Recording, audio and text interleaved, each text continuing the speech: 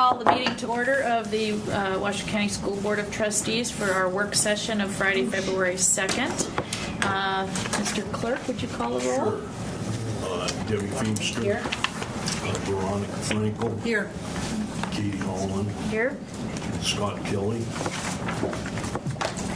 He's unable to attend because of his full-time employment today. So. John Mayor's not here.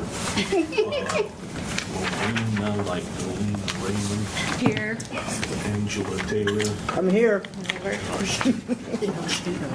know. Okay. Useful. Okay. You're Right. getting a flag? She's getting a flag picture. Is there a password?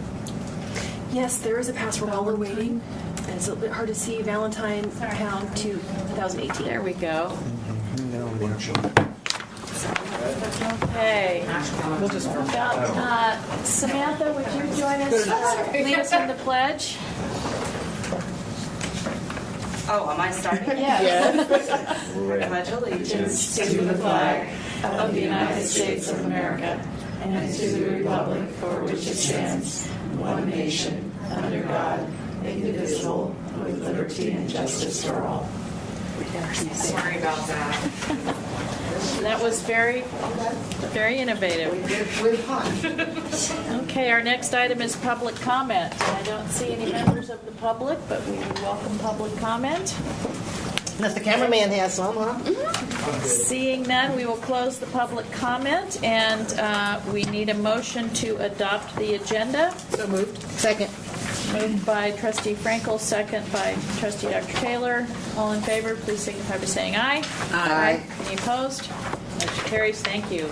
Okay, we will move on, and we are going to be opening both of our agenda items, which are discussion by the Board of Trustees on the methodology used to conduct the superintendent evaluation and possible action on adopting an evaluation process for the 2017-18 school year, and presentation by On Strategy of the proposed framework for the superintendent evaluation for the 2017-18 school year and possible action to approve the conceptual framework.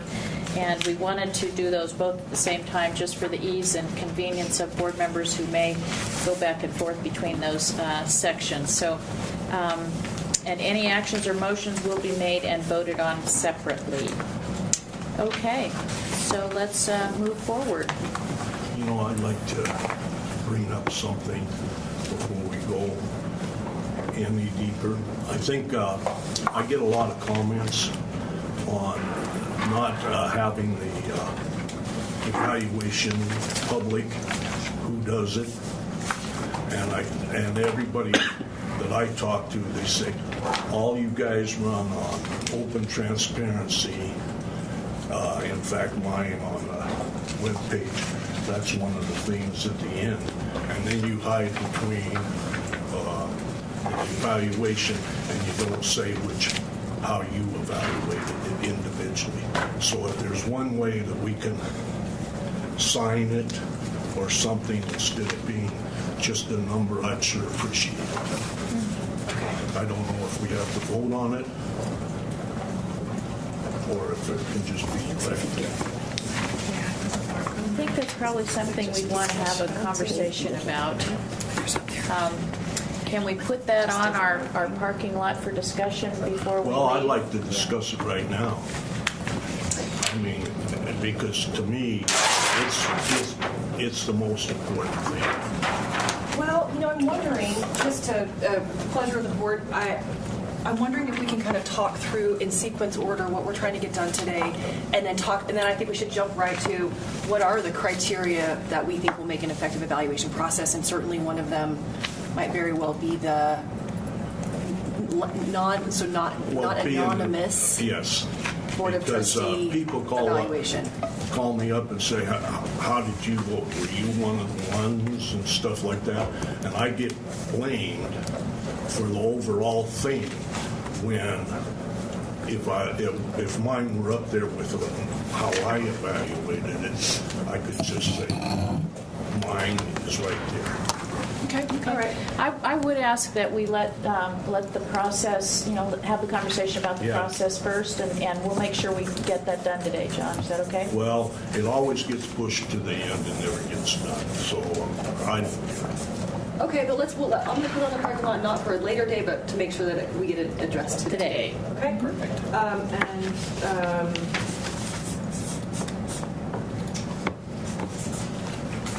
Okay.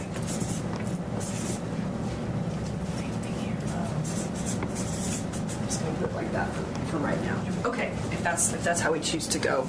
So let's talk through a couple of things if we can. And Kathleen, on my team, she's just going to manage the slides because they happen to be over there. So just jumping to the next slide. And if we could just make sure for the record that we introduce ourselves. Yes. For the record, Erica Olson on strategy. Kathleen Colombo on strategy. And then Taylor Anderson, HRC, is working with us as well. Great, So thank you. I did document some stuff here so we can remember instead of it going through slides. We'll use the slides just to guide us through. And I would like to get alignment from the trustees on this as well. I do believe the decision points for today are what's the basis of what tool do we want to use? What are the categories in the tool? How do we establish attainment criteria? And if we weight goals, what are the weighting of the goals? And there are some sub-decisions within those, but those are as we have prepared for today, the kind of the order of logical flow in helping us work through the establishment of the evaluation tool. So kind of jumping then really quickly, just to be clear, setting the stage, outcomes and expectations for today. Let's jump to the next slide. So specifically, and the big one is, and I wanted to ask this, I don't know if the approval of the tool is expected today, but directionally we have enough to come back to the board with a final at the next board meeting or thereafter, or are we expecting to approve it? We are agendized for action. For action, okay. If I'm understanding your question correctly, I think you're asking whether we want to finalize all the wording and the framework itself, or do we want to approve a direction and that you'll come back to us with the final document and tool? Because I think we're going to be working today. I mean, are you asking us whether we want to wordsmith it to the final form? I am. Okay. So I would say that that's challenging to do in 4 hours with this many people, and I would trust your judgment on capturing what we say today and approving the general direction with and then you come back with the final tool, because I don't think we're going to be able to wordsmith it to its final form. Agreed. Yes, Debbie? Maybe I missed something because I missed a board meeting in the fall, but right now I'm really in a fog. It seems as though we're moving ahead by putting the cart before the horse with regards to if we are staying with your group to do the superintendent's evaluation. Did I miss a piece somewhere? Yeah. Did we sign off saying that we were going with this group for next year? No, and that's really not action that's considered today. Erica has been working with the staff on pulling together how the evaluation background material might support an evaluation, and so this is she's facilitating our discussion of whatever tool we want to use, and that we will give that direction, but it doesn't imply that they are managing the evaluation in the future. So if we were to go with, let's say, a different group, just for the heck of it, they would take this tool that we're going to devise today and use it Correct. for the superintendent's evaluation. Correct. And I think, and Angie can jump in as well, but part of the challenge, and the superintendent as well, is that we're really far into the year, and there was discussion about wanting to change the evaluation, and we need to move forward to make that happen. So I think, it's efficient for us to work with the folks who were most recently involved in the process, but there's no guarantee that they are going forward. But yes, we would decide this is the tool, and superintendent is part of this discussion. This is the tool that will be used for the evaluation for the 17-18 year. Does that make sense? Well, actually, it doesn't, but I mean, it makes sense, but it doesn't.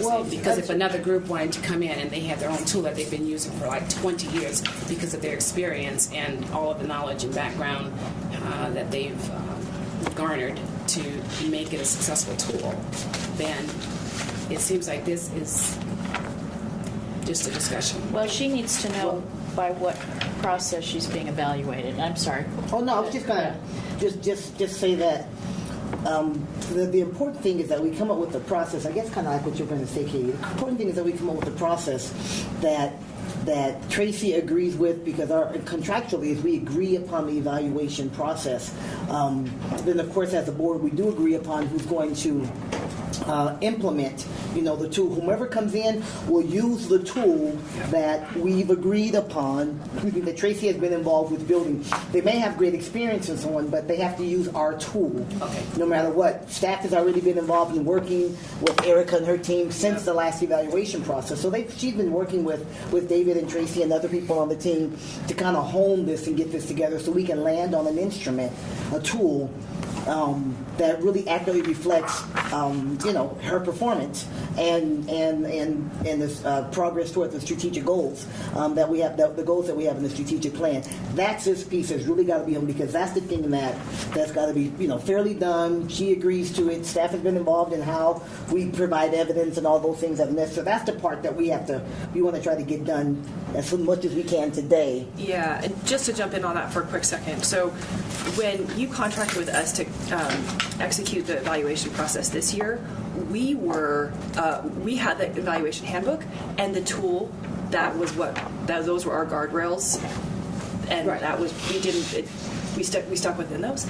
And so I think the expectation of and the scope of our work stops at the production of a tool and the associated handbook. So there is that policy guideline for whomever conducts the process, going forward. So that, and quite frankly, that was really helpful to have that, because otherwise we would have had a very hard time conducting the process. Tracy and then Veronica. So, Debbie, I think the idea is to build an evaluation that is less subjective around the way people feel and more about measurable outcomes, so that if one of the objectives say that the graduation rate is supposed to hit this during this year, right? Whether you love or hate Tracy, if I hate it, I get the points. It's not about your personal feelings. It is about the work as it relates to our strategic plan in our district, trying to create a document that's more aligned to that. Does that help? Yeah, very much. Well, I think I actually understand Debbie's, Trustee Feemster's question, because I think from a process standpoint, regardless of the tool and the reason for going in a different direction than what we had talked about prior, and I think that's where your confusion is, which is where mine was as well. We had done the evaluation last year with a tool that we used, and then we had a workshop in December, and I feel like it's important to be transparent about how the decision to change direction from that work that we did in December and get here today working with another consultant on a different process, because we had started doing work on a tool and on a process with a different consultant in December. And so I think that confusion around where the decision was made not to continue to do that work, which was scheduled for today with a different consultant originally. So I think that's where the confusion is, and I think it's important to acknowledge that the decision was made outside of this forum to work with on strategy and to move with a different kind of tool for the reasons that Tracy discussed. And I just want to underscore no decision has been made. This is an opportunity for a discussion, and if the will of the board is we prefer the system that we had, let's go with that. In conversation with Tracy, as she said, it was important to her, and it was certainly important to me as an individual board member, that it be a more objective process and not be about feelings, but that it be, more measurable. So that's why this is being brought forward today, and if the board wants to go in a different direction, we absolutely have the opportunity to do that and to give that perspective. Thank you. Okay. So to that point, the assumptions that we do have coming into today, and I think we jump to slide 6 really quickly. It's just, and I've got them up here too, and slide 6. Yep. So let's just clarify what the assumptions are. And let's disagree if it's not correct. That we wanted to explore not using the rubric from the process we just completed. Yeah. Mm-hmm. Okay. That there is a direction to consider using the strategic plan as a basis for the tool, which is kind of the work that's in front of us today. It's just a direction. Can I just change that word a little bit, that it's not the basis for the evaluation tool, but it is a basis for the evaluation tool, because there may be things, I think, that are not in the strategic plan that might be objective criteria that we would, as a board, agree on. That was kind of the next thought, that there is an assumption that it needs to be supplemented with additional performance areas, and I do, but that's an assumption. And I was just going to say, again, the question of process, the direction didn't come from this body. And so I think that assumption maybe should read a strong interest, because I think there's been interest expressed by individual trustees. And that's the reason we did change course with respect to which consultant we're using for this process. I mean, I think that scope of work was never discussed or decided at the board table. And I think we need to just acknowledge that. So I think I would say that there's interest in that.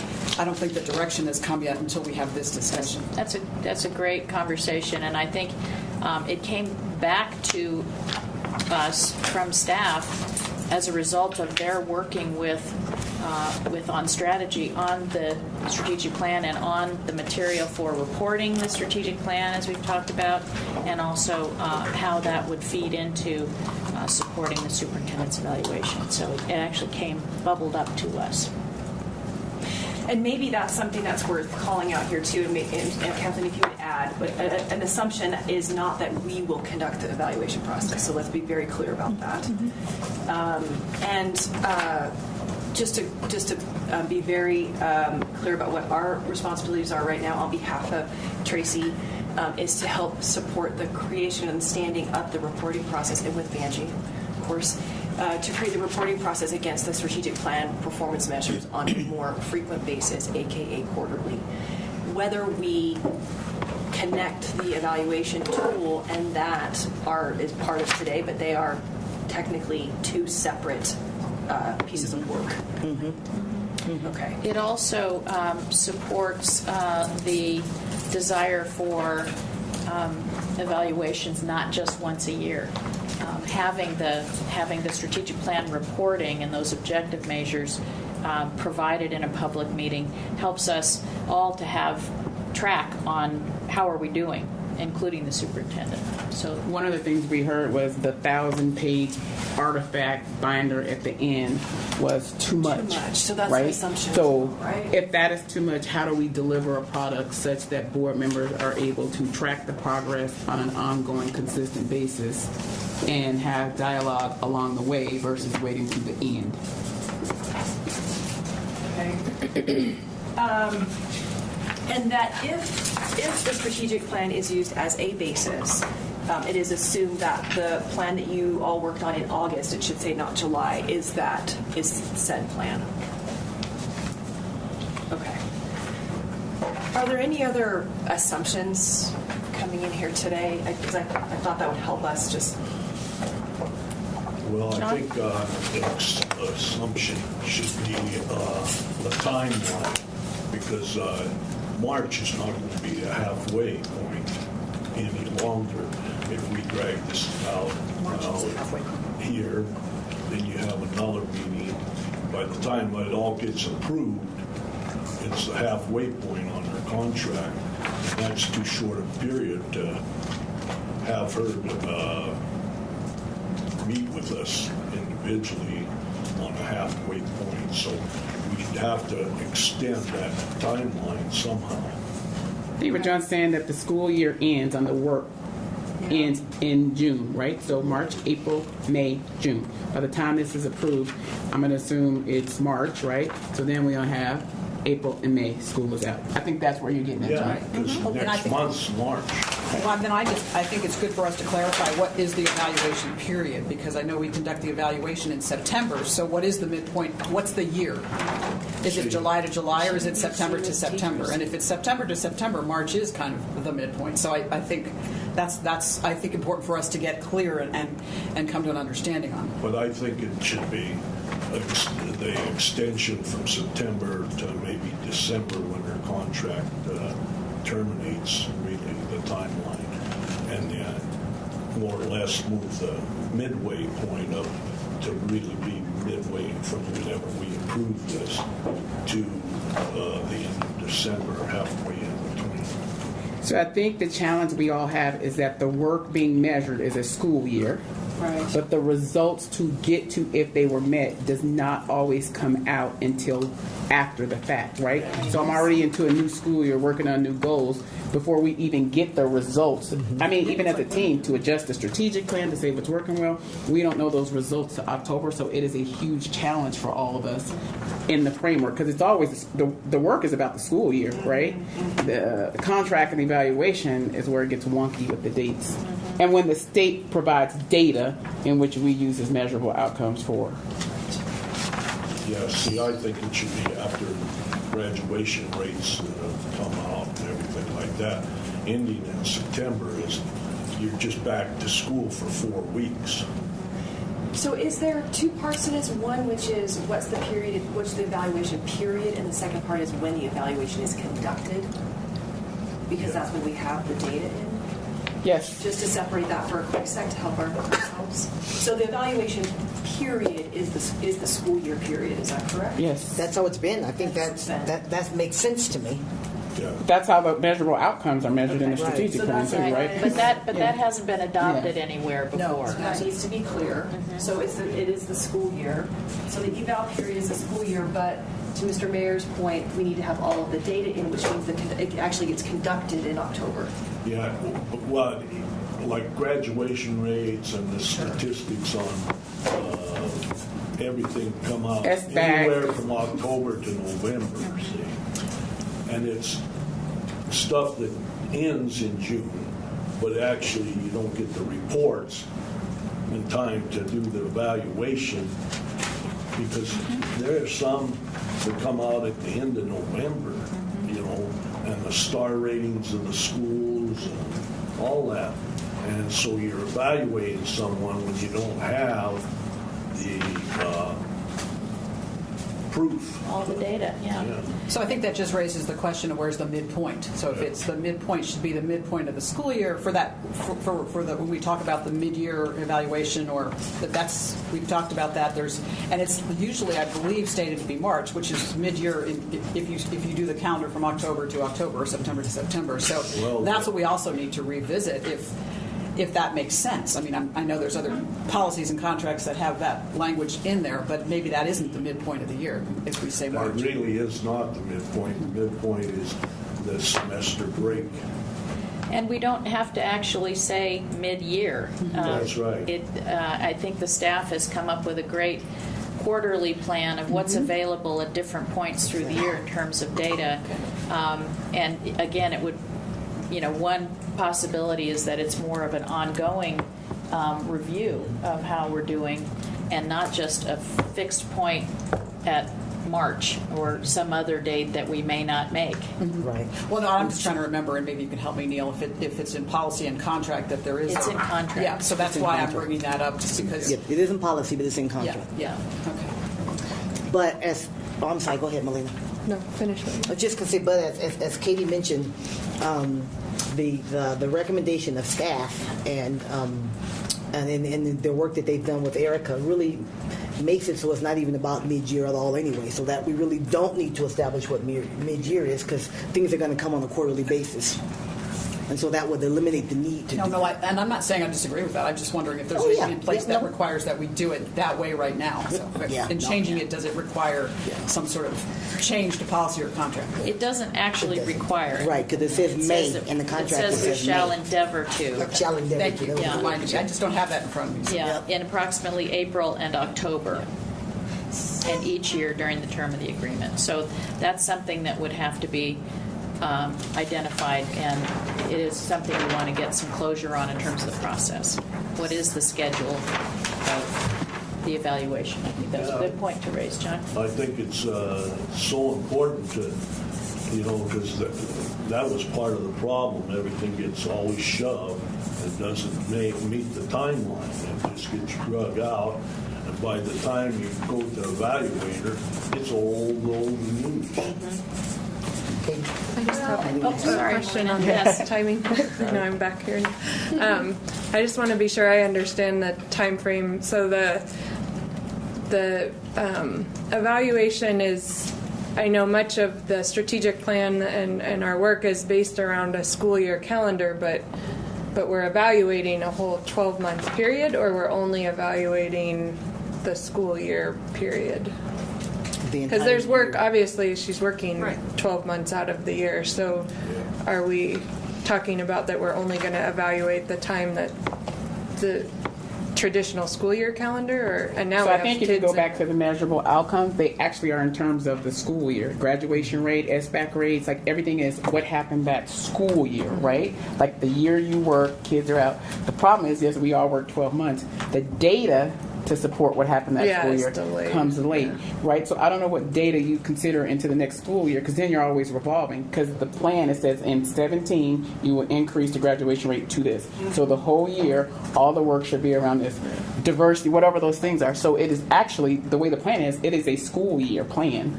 But you're I mean, there's some you're indicators, the but most of- leader of staff that work. Right. I mean, there's other parts of it, right? metrics and other So, And you know- public and. so are we looking then at? I mean, and maybe it doesn't matter, but I was just getting confused if we are looking July to June or. I think it's July to June. It's July to June. It's July to Mayor? June. But you know, this year was a good example. The work that they did from the end of school day in June, say 10, till the graduation, summer graduation rate, especially like I'll take Sparks and Hug because I watched it very closely, jumped a couple of points through the graduations in the summer. Right. Now, if you don't extend that to all year and wait until the data's in to do it, you're not being fair to the value. Well, I don't think I don't think you were suggesting not doing it that way. I think what you're raising is that there's other pieces to the work. It's not just the school year data. What she's asking, she says, is it a 9-day calendar or a 12-day calendar? And I'm arguing that it's a 12-day. Of course, a yeah. 12-month. That's what I was thinking it was, but I got confused when we started talking just about a school year. Or whatever we decided has to be clear, because I don't want people holding me accountable for something that happened 2 years ago and then they don't identify it, right? That happened, right? Like, so no, like whatever it is, we all got to be on the same page from this point to this point. Evaluations don't roll traditionally. The next evaluation considers something after the point of the last evaluation you signed. So well, and there's just to be clear, as you said, it's rolling. So the evaluation period may be September to September 1st to August 31st, or July, because we start in August. So whatever. But the reporting on those results could happen after the evaluation period. So we Right. want to wait to conduct the evaluation Right. until those data. results are in. But the period Right. doesn't extend all that way. The evaluation Right. period extends. And so what is the appropriate? Is it July to June? Is it July 31st to July 31st. August 1st. August. August 1st to August July 1st. 1st? Well, August 1st. August 1st to... because- This year, didn't we start school Yeah, at school started like August 8th, Yeah. so August 1st to July So 30th. July Okay. First, is that Yeah, what- yeah, that would be... But what's is there a rationale for being a month off of because traditionally the school year starts July 1. Oh. Can I But raise my hand for a quick second? Yes. The fiscal year is July through June, correct? Yeah. Yes. We should stick with that if we can. It's so hard on the data already. It would be nice if we could stick with the consistency of the school year data and the fiscal year data. We're not off a month. on When that. do summer graduations... August. Yeah. they actually finish some of them the day they graduate. Okay. But it's part of the previous school year. So with the caveat that, so we could do it, just as a proposal, we could do it July 1st to June 30th with the caveat that summer graduations that occur in August would still be counted for that school year. They're not reported until later, but they would be considered part of the evaluation period. Does that work for everybody? Because they are right now included in the graduation rate for the year when we get that final number. Correct. Right? Okay, that makes sense. Okay, so warrants a decision. Needs to make sense. And actually, too, the kids that don't graduate in the summer are counted as against the Yeah, graduation. yeah. Neil, do we have to take any kind of formal action on that? Yeah, I think at some point you do, whether you want to right now or when you want to. I'd love to do it while we're talking. Yeah. All right. Whenever we agree Okay, to. Trustee Taylor, would Yeah. you like to make a motion? I would like to make a motion that the evaluation period for the superintendent goes from July 1 through June 30th, with the caveat that the summer graduations are included in the graduation rate. As part of the Yes, as part of the graduation rate for that. Is there a second? Second. Okay, Debbie, motion by Trustee Taylor, second by Trustee Feemster. Is there any further discussion? All those in favor, please signify by saying aye. Aye. Any opposed? Okay, great. And the evaluation itself is conducted when we have the graduation rates in, which is in October. We might not need to quantify that, but There are that's other But points of data. Yeah, there's a lot of other data. Yeah. if I may. Yes, yes, sir. You know that getting that data from the state is a moving target. Right. And so what we should say is the evaluation will be completed upon the receiving of the data from the state. Because this year they were like, you know. And it wouldn't be just graduation rates, but it No. would be those things that she's being evaluated on. Right.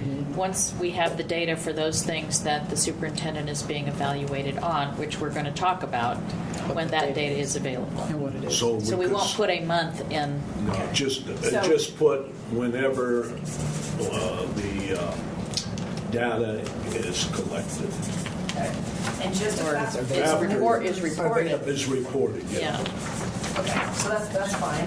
So just to be clear about this, we don't need to make it. We're jumping way to the end. Should we proceed in this fashion?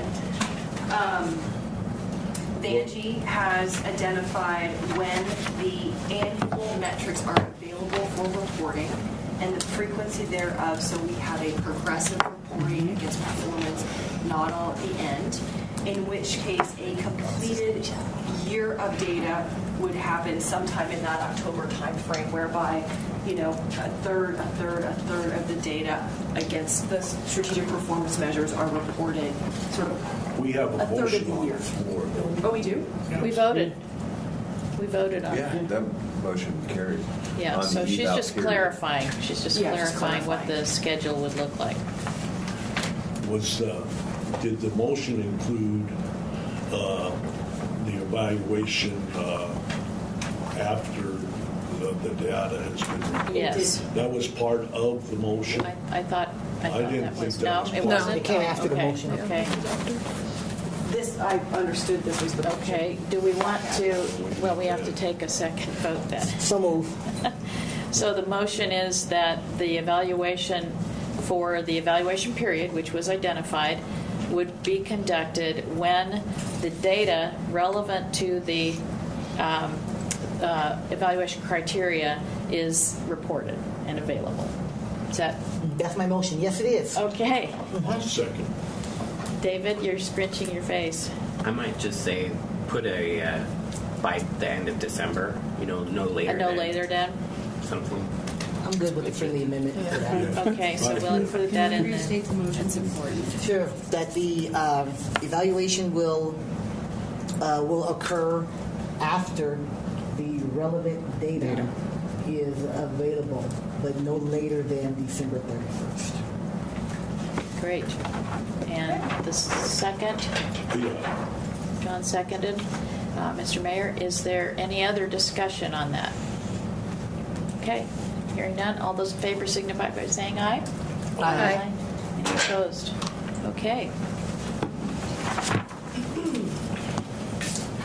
I'm going to throw a wrench in the works real quick. I'm just going to ask a question or make a suggestion. I don't know if you intend on putting this in the contract or if you intend on doing this as a policy or a procedure, but somewhere all of these great actions need to be written down and codified in one way or the other. So, I think that the evaluation period should be in the contract, what I verbally agreed to. I actually agree with you. yeah, I know that's fine, whatever. And I think this will be summarized in a handbook that'll be prepared, that'll come back for final approval. Adoption. Well, and I would actually ask your guidance on where you think and how you think, if there's additional action related to written documents to codify, be it policy or contract, that those be brought back to us. I think this is probably a negotiation point. I agree with the superintendent. Probably should be in the contract. I think at some point you'll be asked to make that action, whether today or down the road, to put this in the contract. Okay. Okay. All right. Anything else on that at this moment? Is there anything related to the current contract that exists that needs to be, that's what I was trying to raise before. Is there anything in the current contract that we need to address relatively quickly to modify for this current existing contract? I guess that's the question. Is there? I'm really kind of recused from talking about the contract because of my position. The superintendent actually might have something. You're though, right. We can't put Neil in that position. I mean, you can ask whoever's doing it. But. Well, and the contract that we have is the contract that we have. Yeah. Okay. So this is about what may be going forward. Right. That would be my thought, though, too. Just if I go away in on that little piece.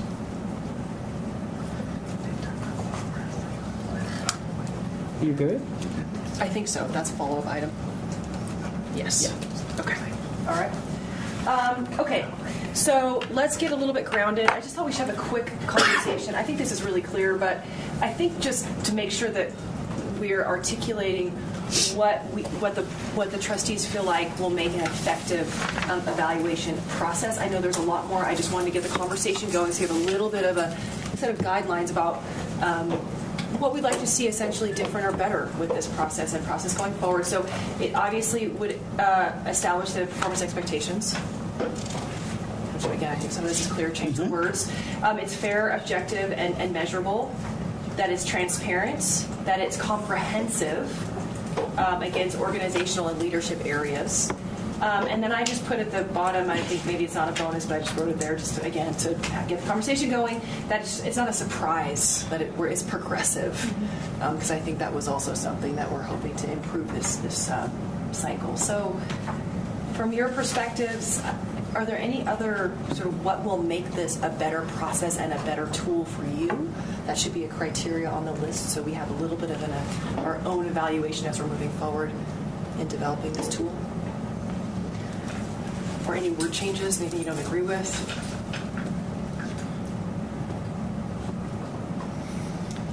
Yes, Neil, did you want to?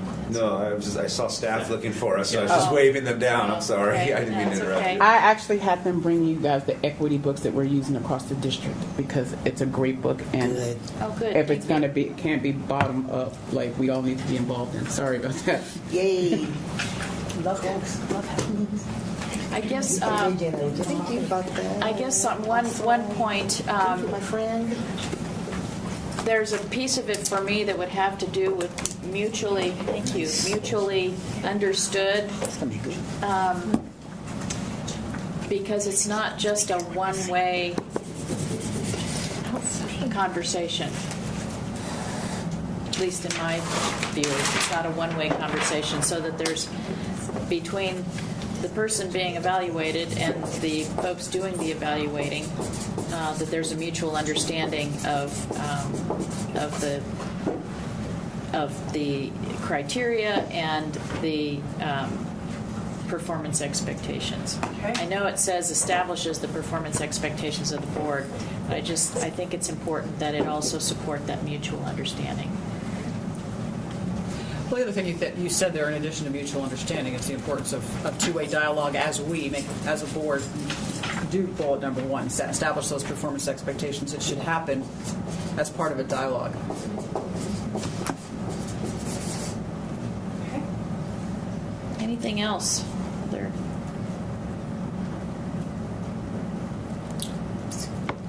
Yep. Trustee I know Feimster. we put Trustee Meader's point about owning your numbers and not trying to hide behind a number. in the parking lot, but it seems to me that if we're looking at the tool, we don't want to leave out anything. It's a good time to discuss it. I don't see why we're going to push it off, because that's important to the process. Okay. I think I missed the point. I don't There- think she heard you. I got half of it, but I think I missed the essence of it. I think His parking lot issue. I was thinking that you put it in the parking lot for discussion afterwards, but it seemed like now would be. A good point to Yeah. make. Yep. So one of the criteria would be that it is. well, you have transparent up there as We a have bullet. transparent. So I guess what does transparency mean to the board? Yeah, that's yes. Yep. For me, it means that our evaluations, when we do our personal evaluation, becomes public, the rating scale and who does it. It's just an open book, like our checkbook, open checkbook. This should be open, Okay. so that the public can just go to it and say, oh, yeah, John Mayer's full of beans. There are schools of thought about that in HR, and I know Veronica is more of an expert at that than I am. I think one of the perspectives about that, it's not necessarily my perspective, but one of the perspectives about it is that as we talk about mutual understanding and two-way dialogue, we want the opportunity for honest feedback, so that people will share. When I'm being evaluated, and I know, Tracy, you wanted people to tell you before the evaluation, if they had concerns. And sometimes the public nature of the evaluations in the state of Nevada can impact that honest feedback. And we want to make sure that we're getting honest feedback about how we can improve as well. Well, I think that's up to the individual and their moral character. Are they being honest when they evaluate the person, or aren't they? It's all up to the individual, not the criterion. If you're open and you're honest, tell it like it is. But I don't want to take other people's evaluation. People think that's mine. I want it open and transparent, and I think the public wants that. I do, because you hide behind being anonymous. I think you should be out front, and it should be up to your moral character if you're honest or not. Trustee Feimster? I think what I'd like to add to Mr. Mayor's thoughts are that it was a guessing game all along, and I don't like getting the phone calls, which I'm sure you received just as many as I did. Who wrote this? Who did that? And you can easily just say, look, I'm not into that. However, sometimes people just want to know, and then if you don't answer them, they're going to just guess at what board member is thinking this way or thinking that way. That board member should be off the board. And that's what was going on. And we're caught right in the middle. And then you looked at the little caricature that the newspaper did. They certainly looked at something and classified us into, you were considered ho-hum. I was considered something else, And I remember my daughter looking at that. She happened to be in town at the time. She's like, what is this all about, Mom? And it was just, they certainly looked at something and guessed at where we were. I don't have a problem with them guessing, but I'd rather just say, here I am. Here, I'm an open book. Here I am. But don't guess and say that I'm ho-hum. That's an embarrassment to me, because if I feel that I'm going to support the superintendent, ho-hum is not the way to describe me. And I know this is not a time to talk about the newspaper, but this is what the newspaper did to us. And it's just, it makes us look like we're caricatures. And it was just, I didn't like it. I would be curious about, because I know since I've been on the board, I think it was just already a process. I'm not sure where that decision got made, whether it's individuals are named or it was left anonymous, which is what it has been for the 2 evaluations I've been a part of, and I'm not sure where that decision in that process was made. But I'd be kind of curious in other public forums where these evaluations are conducted in the public and in other school districts, how that's done, just sort of best practices. I think that's how I look as we talk about the process and whether and how to make it transparent or name the individuals who rate, because I'm not sure how it's done for RSCVA or RTC or the county or the cities or the regional planning director. You know, those kinds of positions, I don't know if they individually name the folks on those governing boards that are evaluating the chief executive officer. I'd be kind of curious. I think the challenge in Nevada is the rule we have around public evaluations. In most other counties, they do it behind closed door, and what they submit is the final product. Right. And Nevada is just very different across other schools. I mean, all my friends are like, "You got to be kidding me!" Yeah. Oh, yeah. It's done behind closed doors, so Nevada is just different. Because I do think that factors into whether and how it happens, and so It's not required by statute that the details be provided, and Right. again, I wasn't part of any of that decision making, but I don't know what the standard practice is. I would argue that the way we do it is not a best practice, not the way we do it. The way that Nevada does it is not a best practice. Other comments, Paulina, Angie? And you brought up the couple that I served on, RTC and City of Sparks. We didn't have individual score sheets. Right. We have one score sheet. And we could decide to do it that way. We could. Well, I like individual. I like John Mayer rated this. I think it's the way to go. And elections coming up and things like that, that's going to be a topic. Believe me, that's going to be a topic. Because all of you have, even me, it's even in my deal on the webpage, will strive for openness, transparency, all those key words. And then you turn around and it's not transparent, you kind of look phony. Maybe there's a hybrid in which board members could provide a summary. They could provide their conclusion without having to go through every single item of how they came to it, because that's what we vote on. That's what our vote is based on, is our conclusion. I think it should be written statement, not grade. So let's, if we can, and then we're going to get to that because I think this is all really super important. And let's consider these are, considerations on how we'd like to see this process improve. I know this is a little bit messy, but this notion of transparency. So let's see where this goes, okay? But we know for sure the idea about it being objective, measurable, mutual, two-way dialogue, honest feedback. So I just want to have those out there. For us to make sure that we're kind of thinking through them. And then to answer Veronica's question specifically, we just provided a couple examples in here from other jurisdictions. We, and Dave, I'm going to ask for you to help on this. I'm on page 2, but this was just for context. Yep. And for the Clark County, using, obviously the biggest district in our state, stating the obvious, we could not find a completed evaluation. We only found the tool. It's hid under their financial statement. Actually, what happened in Clark County is because of the change in time when they were building the evaluation tool, they were in a situation like me. So they skipped because they didn't, right? So it was hard to say in the 2 months, right? So that's why you can't see the eval. There you go. Okay.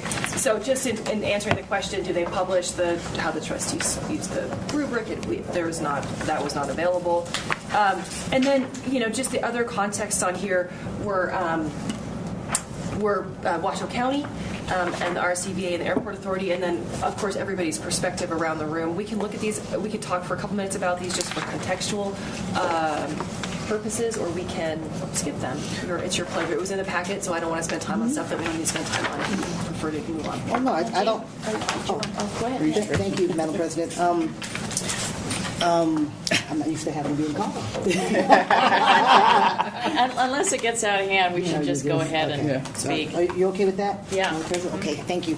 I would, as we're looking at other jurisdictions, I would also like to look at the other educational institutions, the university and TMCC. And I know we didn't have that here, but I think that's. We often look to what's going on in city government, but sometimes education is done differently. So I would be interested in that. Well, and you had some perspectives on the TMCC process. I do. Just shared with everybody earlier that Chancellor Tom Riley has invited me to be a part of the TMCC President's evaluation, and they do a 4-person committee, and it's quite an extensive process. But I'm not terribly familiar with it, having just had one conversation yesterday about it. But that might be another good example, as has been mentioned. How are the other educational institutions handling it? Because they have the same public requirement that we do. Yeah. That was my only comment on that. I'd like to see the other educational institutions. Yeah. Okay. That's a good suggestion. Not having them in front of us today, the 3 jurisdictions that we do have here have active strategic plans. So the point on this was just how are they using the strategic plan as an evaluation tool was really the point about this. And again, just pointing out really quickly for Washoe County for Mr. Slaughter's evaluation, it was done via a survey to selected direct reports and other community stakeholders. And there was not a evaluation specifically against the strategic plan or an evaluation tool itself. It was a conversation with the commissioners. So that is how that occurred. With RCVA, there's examples in here, but this is an example of a subset of the strategic plan. Is his evaluation 5 of the goals in the plan, not all of them, and it does yield a composite score, and the purpose of the composite score is specifically for bonus calculations. So that's a kind of an important point. And then the airport authority also uses the strategic plan and all of the goals. The goals are weighted, and it does yield a composite score, and it is for evaluation and bonus purposes as well. So that's just an example of, on the next page, actually past all of the examples that are here. Page number 14, just sort of where we're trying to think about the different ways we might think about what the options are. Certainly one option is to use the rubric that you started working on with Ellsbury, if I'm saying his name right. Another option is using the strategic plan as a basis, and there's subcomponents to that, as are the bullet points here and are the decision points up for today. Should we proceed in that direction? Another option that David and Vanjie and I explored was combining a rubric and the strategic goal performance, and it was really complicated, and we confused ourselves, and I'm sure that we're smart enough to figure it out, but we didn't think that it would be sustainable because it was really, really complicated. So that's why I grade those out. So I do think unless the board is seeing something different, we're sort of in this idea of a rubric as one tool, using the strategic plan as a basis is another tool. There are many others. Kathleen, will you kick to the next slide? I did just start a little bit of a T-chart to say, well, what are the strengths and the limitations of either of those two tools? But there is an assumption that we want to explore those two, or if we really want to go back to the beginning and say, well, wait a minute, there's other choices as well, we can do that too. Certainly that we're coming in here today is exploring the notion of, if we were to proceed with the strategic plan as a basis, what might that look like and how might that go? But a very, very first decision point is that even something we want to explore? And should there be something else on the table? Yeah, I'll just put it out there. Tracy, I'd love to hear from you. Well, If you have a preference. Oh, I do. Imagine that. Well, I think what we learned, and through some work and discussion, is in the last tool, what we agreed to be evidence, fine, but when we discussed the quality of the evidence and how many, it was very all over the board, very subjective. I think when we look at the new tool that we looked at, I think it does two things. It helps board members who come on mid-year, because they're very specific measurable outcomes. So there's no guesswork and what are you supposed to be looking at. You can say this is a measurable outcome. Did we meet it to some degree, right? It leaves a little of that squishy guesswork, feeling out more. This is what the objective work is. So and when we report out, there's some consistency. So we're reporting out on these things on a regular basis. It is aligned to the superintendent's evaluation. So we're not reporting out on all these indicators, but then the evaluation's kind of over here and we have to figure out how they fit in, right? Yeah. That's what we kind of looked at, and we were like, okay, now we got to cut and paste and figure out where it goes and it doesn't go here, but what is this? This kind of makes it easier for people to measure, and it's easier to say in the public, here are the things she was supposed to do. Did we do it? Did we not? Are we close? Did we miss the mark? And it's aligned to the strategic plan. And it also, I thought the work with your leadership team was awesome in the context of this is our collective work that we need to be driving performance around. So it's more cascadable. And if I could advocate, and I'll get out of my own opinion in that regard, I thought that was a really powerful conversation with the leadership team, and that changed the notion of it's not about Tracy by herself. It is, of course, but it's also about the district, the leadership, and the district. And so I'll leave it at that. We can talk more about that, but Veronica, I would, and actually one of the things I think is helpful by talking about the strategic plan is I think that's one of the limitations of the rubric we were using, and I don't think it's an either or. I would actually be interested in exploring ways to incorporate the strategic plan into a rubric, or at least the evidence that's used to evaluate. And I look to and I know it's a different role, but having been a part of the creation of the NEPF administrator framework, I know their school performance plans are a piece of evidence in their evaluations. So that's kind of how I see the strategic plan as as important evidence in an evaluation, but not the only evidence. As you say at the bottom with the limitations, the strategic plan misses some performance areas that aren't going to be captured there, just as a school performance plan is not going to capture all the performance and leadership of a school principal. The other thing I think is challenging about our current strategic plan is that we only have baselines for 20% of the measures that we identified at our meeting in August. So I think I like building the strategic plan in and using the strategic plan as metrics in the areas where we need evidence for performance on a variety of different areas that I think were not considered in the previous rubric and not handled well. Like you said, it was difficult to figure out how to organize the evidence in relation to that rubric. And I also think that the strategic plan doesn't capture everything that we need to be thinking about when it comes to expectations and what we evaluate from the school superintendent, just as we look at many different things when we evaluate a school principal. Does that make sense? I think that has to come. Like, there are things in the strategic plan we talked about. We talked about percentages, which we'll get to, around the survey results that are not in the strategic plan specifically, but some other indicators that will be measured out based on the increase. The challenge is we built a new plan because there was a new board, so you changed the direction of the superintendent. So if that's the charge for the district. So that's just part of change, right? So we have to use those goals, because if I measured on something else, then the strategic plan is the guiding document for all of us, right? John, and then Trustee. See, I like the strategic plan, and I like it. The direct report, everybody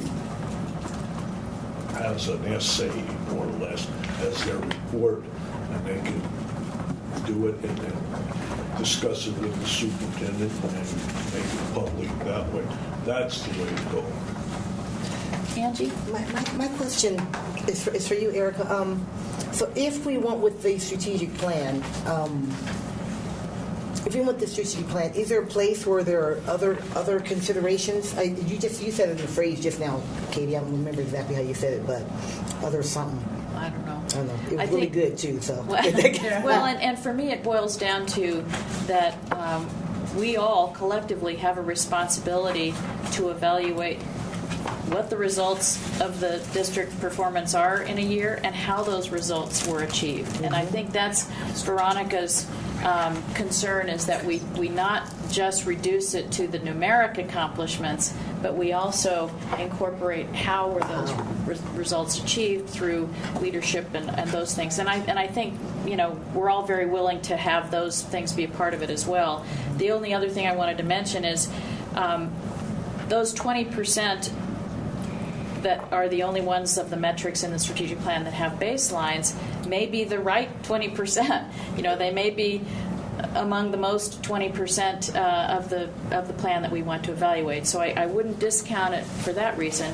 But also, we could, in fact, even where we lack baselines, we will be collecting data on performance of that particular issue, and we could compare it to something else rather than our improvement over time. We could, if we don't have a baseline for whatever it is, English language learners growing, which I know we do, but if we didn't, we could compare it to comparable districts or a national average or a state average or something else that does exist. Definitely.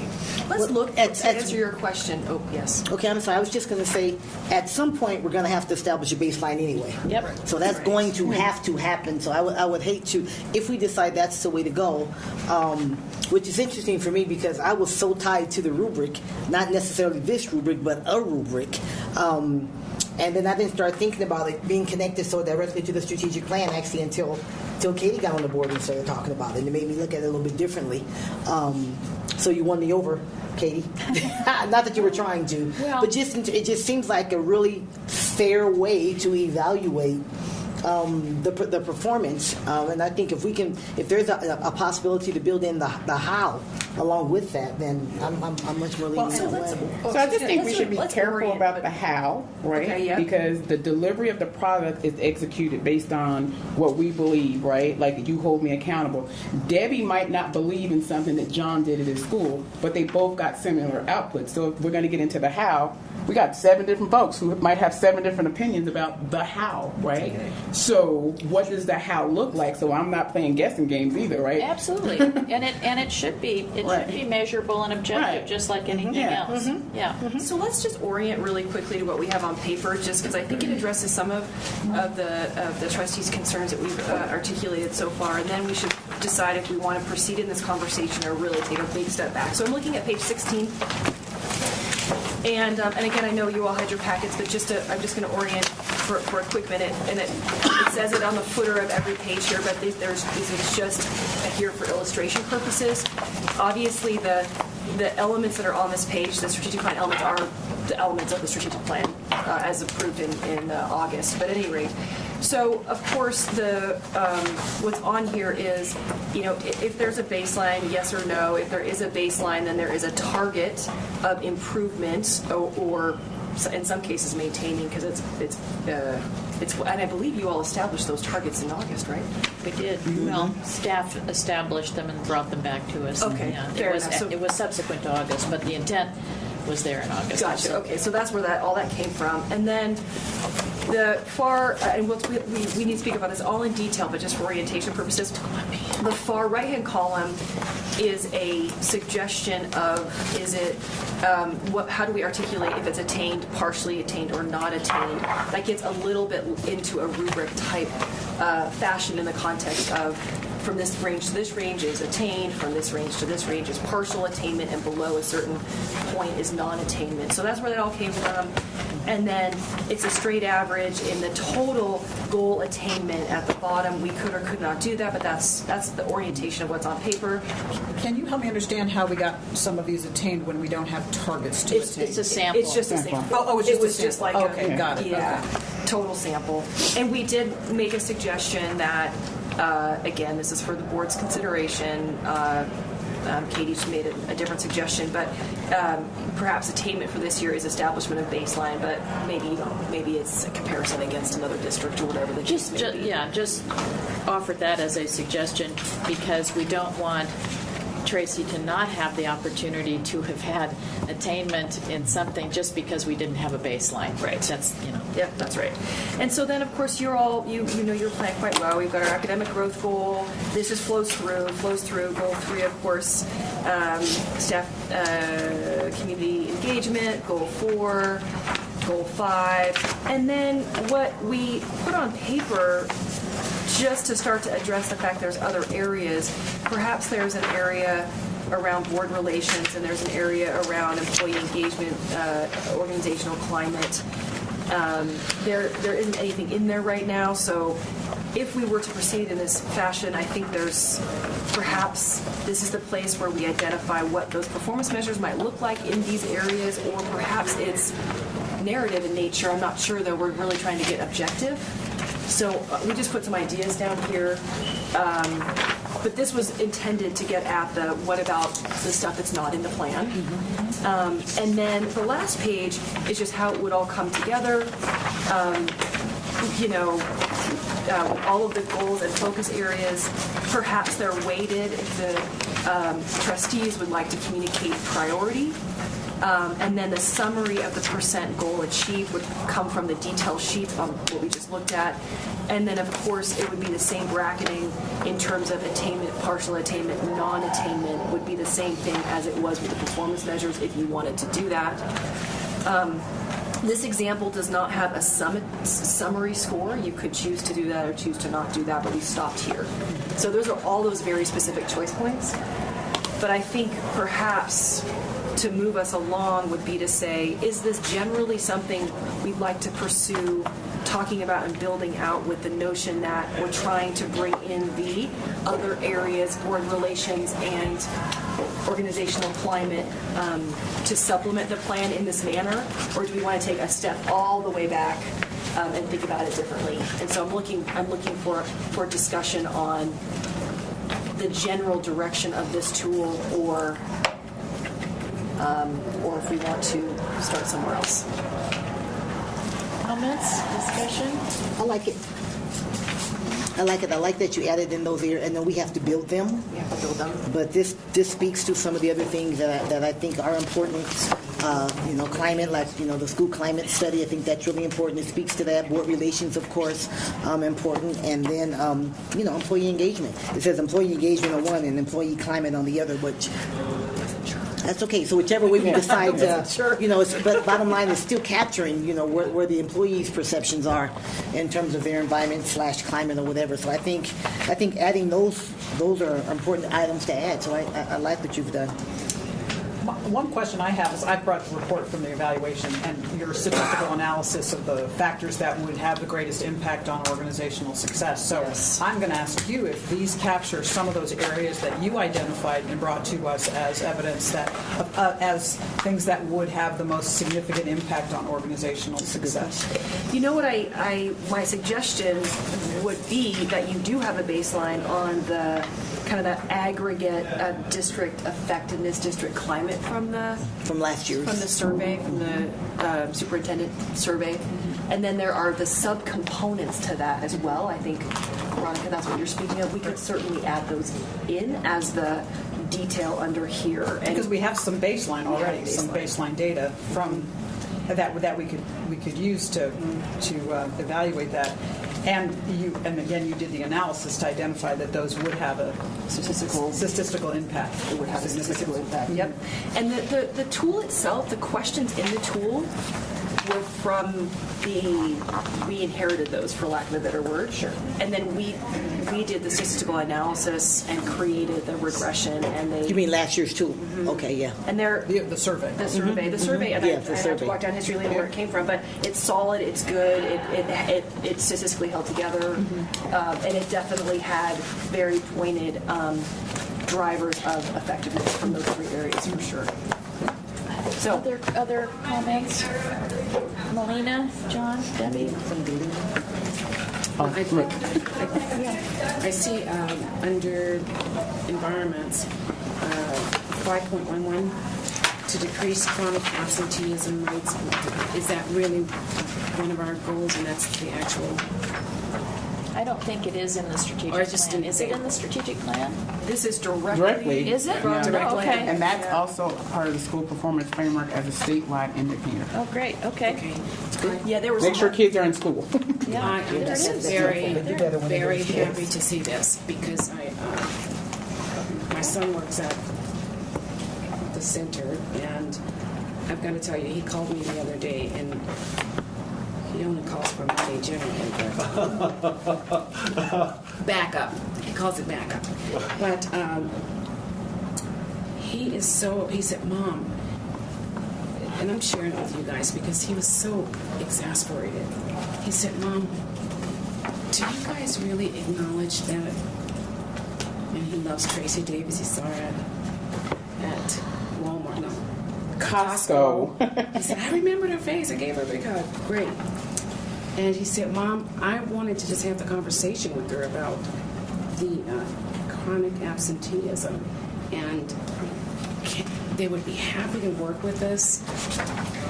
But what is it that we have in hand? What tools are we using? I know we have our truant officers, but sometimes that doesn't. How many do we have? How many truant officers? How many truant officers do we have, Tracy?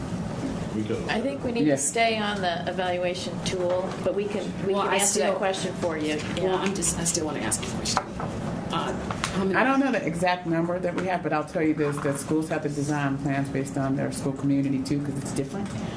Some people have kids at school all the time, and some do a lot of interesting things like Hug Heroes. And so it's school determined. All right. Well, Yes. I mean, you can look Glad in to this see book. it, Yeah, yeah. you can look in this book and look anywhere. If kids aren't in school, they're not learning, and there's no need for us to sit here. So that's why I'm sticking to the question. I think we need to come up with, we need to have a group that focuses just on chronic absenteeism. And it's not off the topic. It is not off the topic. It's about getting kids in school.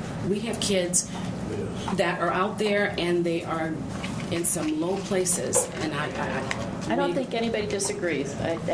Well, I'm just saying that it's about academics, and that's why we're here. The strategic plan, everything we do is about academics. Absolutely. It should be about academics. Well, if kids are not in school, they're not learning.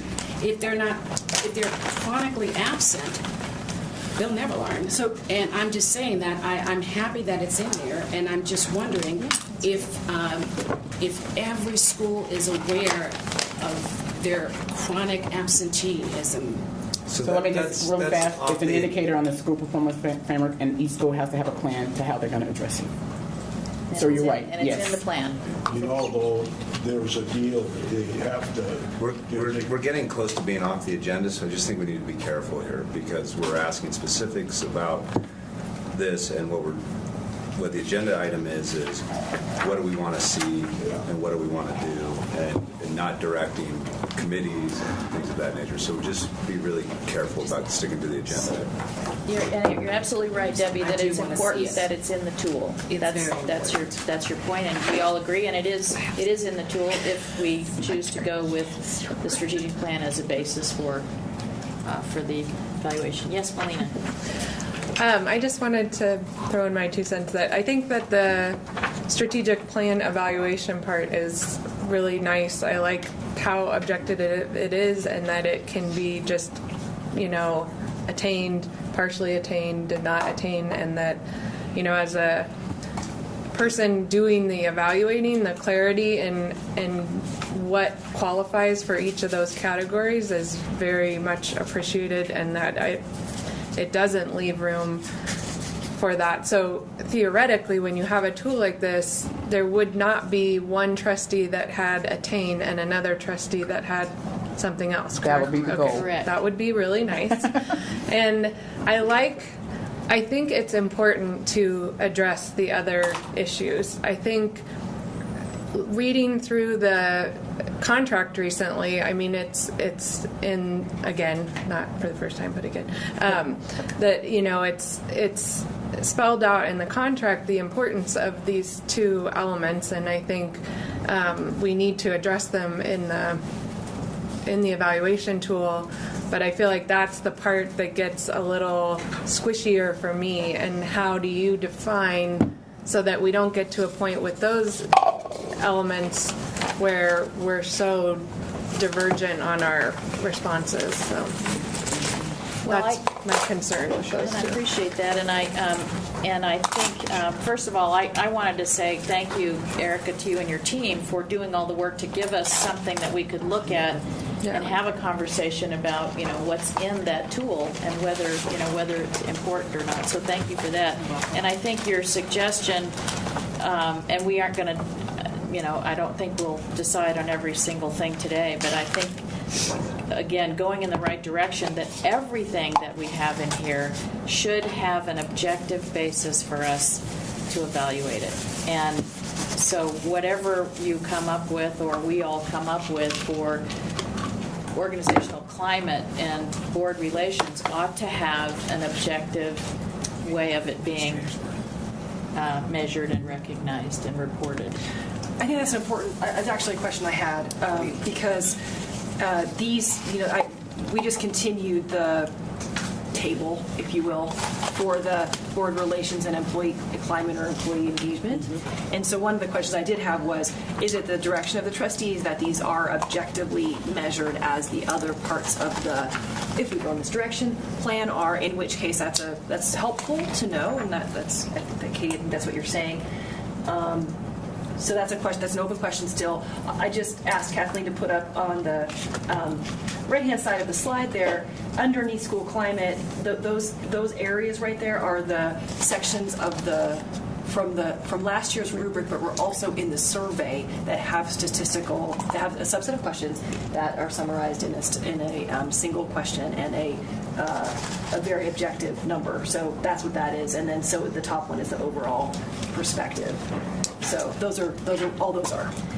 I think I want to make sure that we recognize that when we say an objective measure, we would be measuring someone's subjective opinion. Mm-hmm. True. Well, you have to when you're doing surveys. I know, that's, yeah. And I brought the that's a problem. The NEPF for administrators, and there's a particular standard that's creating and sustaining productive relationships. I mean, another one of those squishy ones, right? But we have it in the NEPF for administrators, and there's 4 indicators. Just demonstrating, just to read them out loud, and I actually brought copies of the summary for everybody because I thought it's helpful, because what it shows is that there are ways that we are currently have in place that we're evaluating our administrators on some of these squishy things that still leave a lot of room for question around, well, how do you know that that's happening or not? And it ends up, and as it would be for any leader, there's an element of subjectivity. Administrator demonstrates a welcoming, respectful, and caring environment and an interest in adults and students' well-being to create a positive, effective experience for all members of the school community. Totally subjective. Right. Wow. But that is an indicator. That's one of the 4 indicators for administrators. The second one, administrator provides opportunities for extended productive discourse between the administrator and teachers and among teachers to support decision-making. That's a little bit more concrete. You can actually identify whether those opportunities exist. Administrator structures the school environment to enable collaboration between administrators and teachers and among teachers to further school goals. Again, there's a lot of, and there's levels. They identify the levels and the things to look for as we evaluate the administrators. And then the administrator has structures and processes in place to communicate and partner with teachers and parents in support of the school's learning goals. And again, that's about structures and processes. You could probably see that. But I brought this only because I think we already are asking, and the state is asking all of our administrators to be evaluated on some of these important aspects of leadership. And there is a lot of, there's a lot of squishy stuff in here, but it's doable, obviously, because it's being done and administrators are being evaluated. So if we can use this kind of language as we potentially think about some of these areas like organizational leadership and employee engagement and climate and things like that, because this is specifically about relationships and climate in Standard 3 for the administrators of the schools. So I think that helps. That could help us with some of the language and helps us understand that this is, starting to consider ways to evaluate this is not new to us at this table. It's been thought about and done statewide for administrators.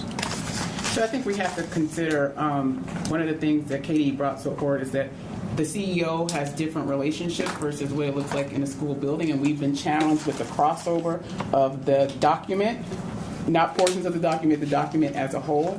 And as I think about those indicators as a principal, and then I apply them to the superintendent, some of those, they're just very different because I actually go directly to chiefs, right? Like I don't, like if Neil says I got a problem, that's very different because if a principal has an issue, then we got to go to the area superintendent, to the deputy, right? And then I'm being measured, and I might not even know because I really try to let them have autonomy as a supervisor. So we have to be very clean about what those things mean. And then I appreciate, Katie, that you talked about you're still evaluating somebody that's objective, because in the conversation we had, I said, I read all those comments and nobody said nobody got laid off. Not one person said, we know it was challenging, but we didn't lay one person off. And we know that happened. And that didn't get reflected. So it's only about whether you like Tracy or maybe you have issues, but not showing some tangible things. And some things were tangible, and we're like, okay, this happened, let's meet with the teachers union, SLOs, right? Those are things that we can actually address and show evidence. This is what the issues are. How did the district level go back and work to do that? Some of those things are pure subjective. Right, and that becomes a challenge when you're trying to rate somebody off. Absolutely. Yes. No, and I'm not saying that this is directly transferable to the superintendent. I'm just identifying that there are other evaluation examples in the state where in education that identify some of these important attributes that we're talking about that are harder to measure. I guess that's what I'm saying. And to identify what the analogous language should be as we talk about this for the superintendent, I think is what we're focusing on. But I'm not saying replicate the language. I'm just identifying this as an example. I think that happened in the last eval. There's something on one of those ones, and it was just dependent on the board. One board member said, doing too much, da-da-da-da. Or one person says, extend, let her leaders do this. How did y'all arrive at that? I have no idea. John? You know, when you talk about climate, when you go to a school, you go in one class, and I might say, oh, what a beautiful learning environment. Listen, no noise. Oh, it's great. You go in the next one, and it's chaos. But if you know what you're looking at, you can say that instruction is really going on in the one that's busy, noise, studying, and everything.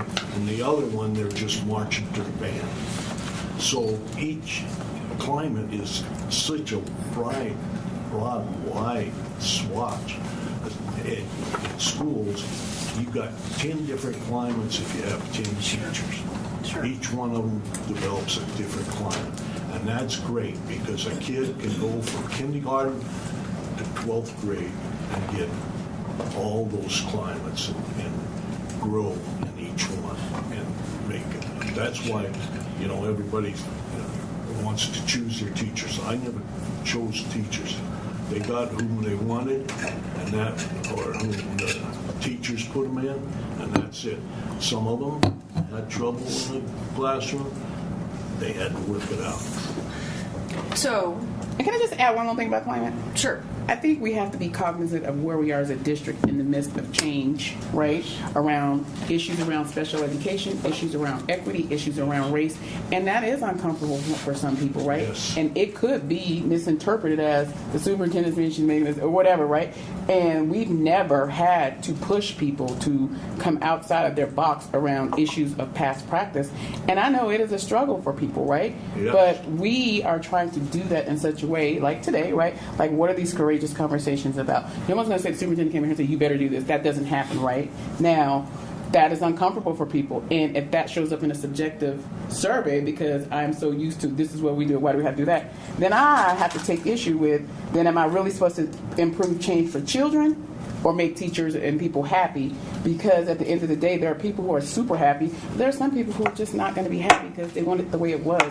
There's nothing that they can identify, right, and say, Tracy did X, Y, and Z, like, because we do everything as a system, right? Like, there's no push down of Tracy only. I would argue, too, that change management is hard. It's really Very hard. And if you know, more than half the people aren't coming along with me, then I need to change my approach. If I get a lot of criticism from 25% of the people, I may say, well, maybe I want to take that into consideration, but we're not going to change our direction around it. So I think there is a piece of it in which people's response to discomfort is a valuable part of the feedback, because sometimes it means I need, part of my job as the leader is to reach those people and to find ways to bring as many along as I can. But I'm not going to bring everybody along. And I actually agree with you, but what is the 50% in a situation that we have in Washoe? We are unique, and we have to own the uniqueness and the issues that we're challenged with. So if someone says it's SLOs, that's something that I could actually address, right? Teachers union, what are the problems? Let's push this down. But when I look at the data and it's stuff that is not measurable or just random stuff, that's where it becomes hard. So in the conversations with people, like, give me specific examples of things that are happening in your building. And as we do this work, what we find is the things that people are griping about aren't actually district issues, and that has been identified by the union. They're more what's happening in the actual building, right? And that's the things that we try to fix. Okay, give us examples, but when it's this big and it's like, oh, it's this, then you're chasing all these different things. You right? bet. What feedback do I listen to, John?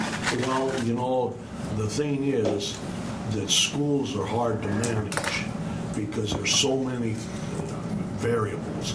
If I had a tire company, somebody walks in and it's rude, crude, and everything, I say, go down the street. Schools, you take whatever comes through the door. That's right. And you have to manage it. And it's the same when a teacher comes through the door, you've got to manage it. You can't say, go down the street. And that's the whole problem with the schools, is you can't just fire a teacher. You can't do that. At the tire shop, you can fire a guy, but not in the education. You're stuck with them, and some of them, I've had teachers say to me when I was principal, you can tell me that stuff, but when I go and I shut that door, I'm in there, and I'm going to do what I want. And so you write them up and everything and that, and it goes on for years. So bringing us back, I'm just okay. Awesome conversation. Our first decision point is if we want to continue to explore the general direction of using the strategic plan as a basis when adding additional focus areas and everything kind of hinges off this. So I want to know if we need to have more conversation. We've heard from everybody, so I'm not sure where everybody's at. I'd like us to kind of come back around to that, and with an understanding that if we do go in that direction, there's a lot of conversation that needs to be had. As to what goes on. Absolutely, but just needing to know sort of conceptually what we have on paper is what the trustees would like to explore. Getting to a place that you feel comfortable that this is the right tool, or do we need to back it up totally? So looking to hear from everybody. We can go around the room, or we can have a motion. I'll make a motion. Okay. Since you're the president now, I need to make motions for you. Thank you. I move that we move forward with the tool with the tool that is based upon our strategic plan with additional categories as we agree upon. Okay. Is there a second? Second. We have a motion by Trustee Taylor and a second by Trustee Raymond. Is there more discussion? Okay. Hearing none. All those in favor, please signify by saying aye. Aye. Any opposed? Okay, that motion passes. Great. You have a basis for Now the hard tool. part. Now the hard part. Now the hard part. Can we take a break? Yeah. Or are we just? Oh, no, I need a taking break. Definitely take a break. Okay. Yeah. Why? Katie's a driver, man. Katie's a driver. Look. I know. Let's keep it. Yeah. Let's try to keep it to 5 minutes because we're almost at 11 and we're only here till 1. Yeah. So let's try to keep it to 5 minutes. Okay. Erica, you want to get us back? I do. In here. So. A suggestion I might make is I think the biggest part of the conversation, so we don't lose our time, is how we would like to build out directionally, how you would like staff and myself to build out the focus areas around board relations and employee engagement, employee climate. I think there's some directional ideas that we can start with, but let's talk that through. And then what we need to do is back it up and go through the idea of the attainment ranges, weighting or no weighting, that sort of thing. Is that fair? Mm-hmm. Sounds good. Okay. So, just to call this out for a quick sec. So this is a question. Is it the direction of the trustees that we would like to add an area related to board relations? I think that is a Yes. yes. I think that's a yes. Okay. And then related to second focus area around employee engagement or employee climate, one thing I wanted to just kind of call to everyone's attention for a quick sec is page 20. I think I have to interrupt, and I'm sorry to do this. The problem with the open meeting law is it's not conducive to these type of things. So you ask whether or not we want to have board relations. A couple people chime in. We say yes. We really need motions on those type of. Okay. Yeah, sorry. I know that's a hassle. That's what you're hired but, for. Yeah. That's why you're here. So I think we should do a motion on that one and then go to the next one. Yeah, no, that's Okay. great. Thank you. Okay, well, let's have a little bit of discussion before we have a motion. Sure. What thoughts do people have about including, first of all, including those areas, board relations and employee climate or organizational health, or however you frame it, as items in the evaluation? What are the thoughts? I'll speak to employee climate, and I think that's what I was alluding to before when I mentioned the statistical analysis that they did for us, and their indication that at least a number of those elements on the list there under employee climate would be especially relevant to organizational success and effectiveness. So I would say I would move if we need a motion. I mean, I would like to see us flesh out and think about ways that we want to evaluate that, and that should be evaluated because, as we know, it's directly related to organizational success, and I think you demonstrated that with what you gave us last November. Is there a second to the motion? Can I get clarification? Just understanding your clarification. I move that we include employee climate as a category, or I don't know what we're calling those, as an indicator category. What are we calling these different category that we flesh out, that we include in the evaluation. We include employee climate as a category in the evaluation. I thought we kind of already had decided that when we would your motion include both of those, or you just want to specify employee climate? I was just speaking to employee climate, but I can move that we do include both of those. Sure. Okay. Is there a second?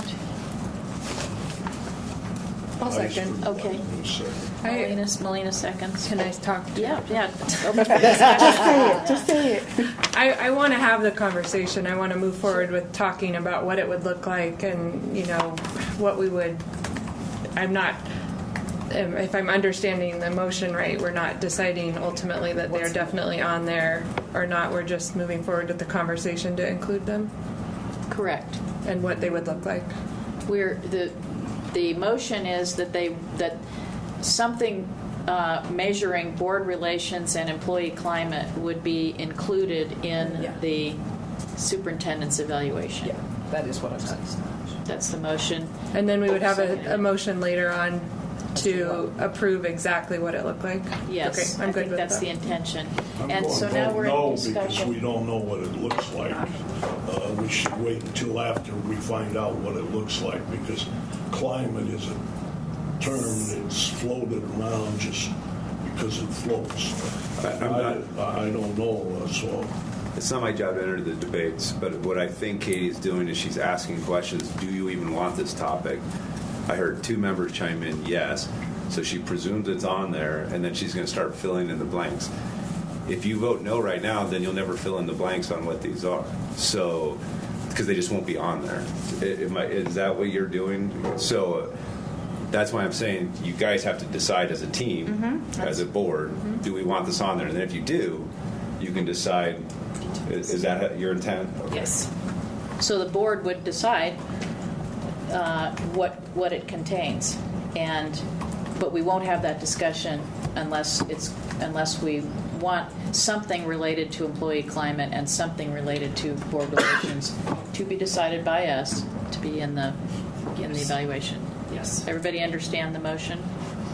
Yeah, no, I'd like to comment then. Yeah. There was also one that talked about school climate, school environment.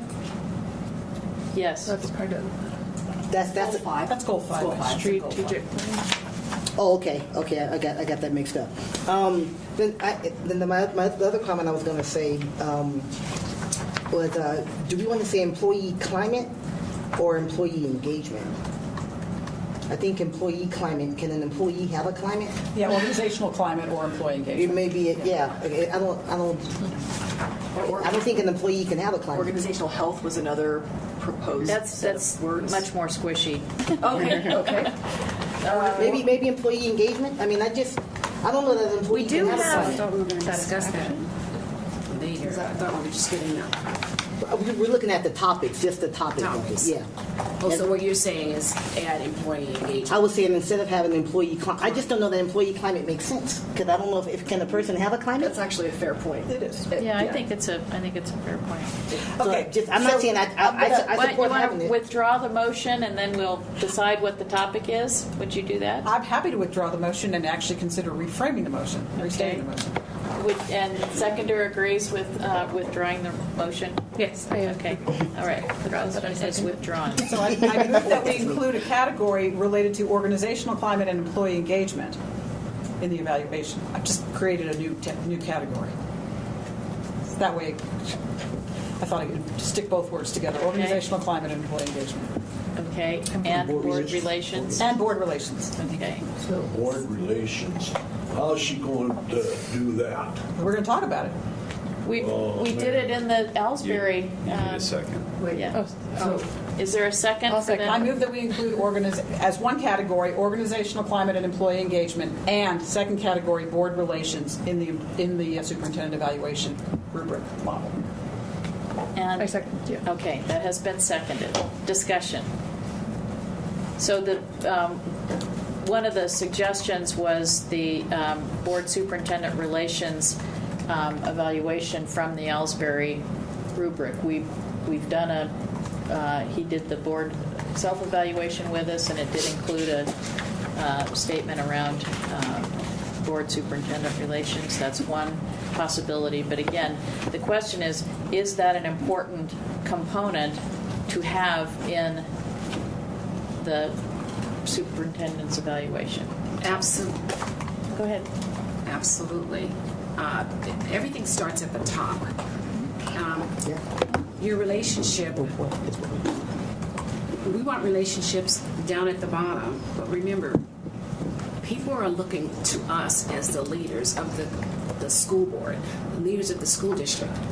And forever, I could go back and let you know just what superintendent did not get along with what board members. And it impacts the entire school system. So it should be a separate category, and there should be a separate rubric that guarantees that the board relationship is solid. It's a team, because the minute teachers are administration does not see that, lockstep relationship, they are going to just drive a wedge right through it. That is just so common. It happens all the time in organizations. Look at what's going on at the top in Washington, D.C.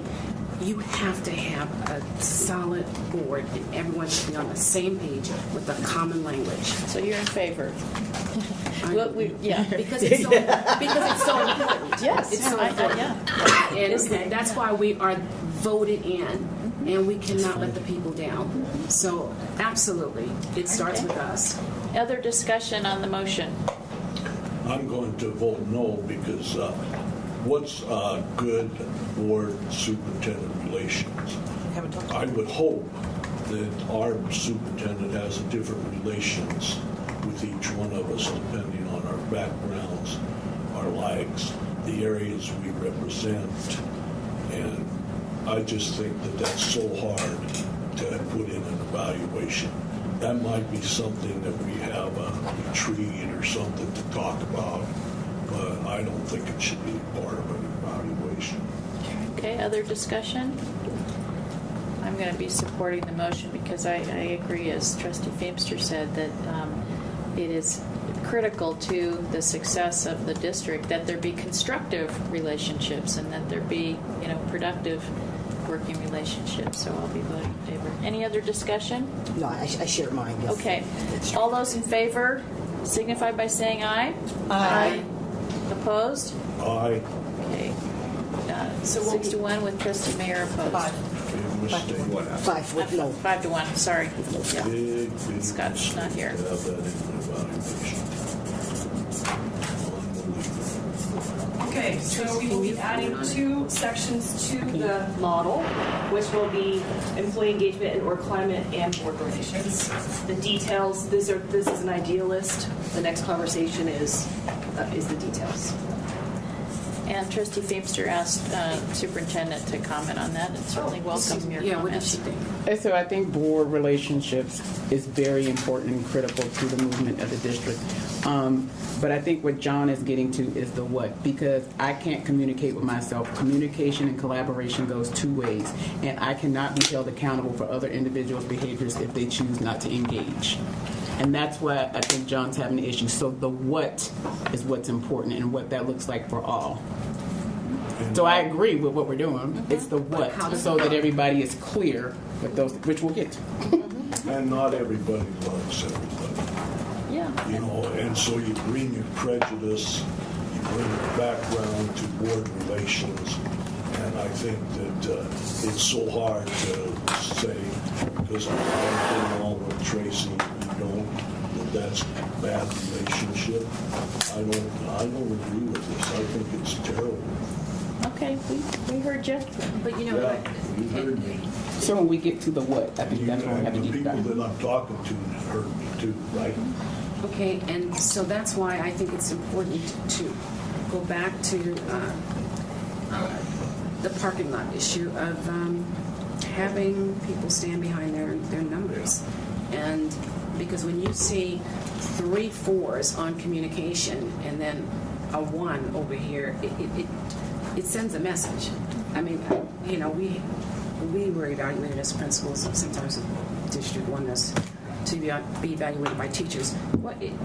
It was very clear. You could almost go right through it and say, "Oh, this is Jane Smith and this is John Doe who gave us 1s, and then here are the folks who gave us the 4s." But I think people will be more apt to think about their thinking when they're evaluating the superintendent in certain areas. That way you don't have those huge gaps because it looks crazy. I think all of us have been through evaluations too, and I hear your point. Other comments? Ready to get to the detail? Let's get to the detail. Well, I think Debbie is asking that we deal with that transparency question now. Is that correct? Before we talk about the detail? Well, I asked for it before. Do you want it to be discussed now? I'm just asking you. Well, Or do you want to get into the what? I just a little want bit? to. It was asked at the state board meeting, and you could correct me, you were there. Each superintendent from each district went out and talked about how they did their evaluation. And I got to tell you, there was a lot of flexibility. And for the most part, everyone knew, the superintendent knew what everyone said. Yeah. And I'll see Dottie this afternoon. I'm interested, but because I'm tired, but I will ask her to refresh my memory on this. You could ask Because and in some Board areas Association. it went so, I don't know, everyone explained their process and it went so well by Okay, being well, we can certainly do some research on what are the practices elsewhere in the state.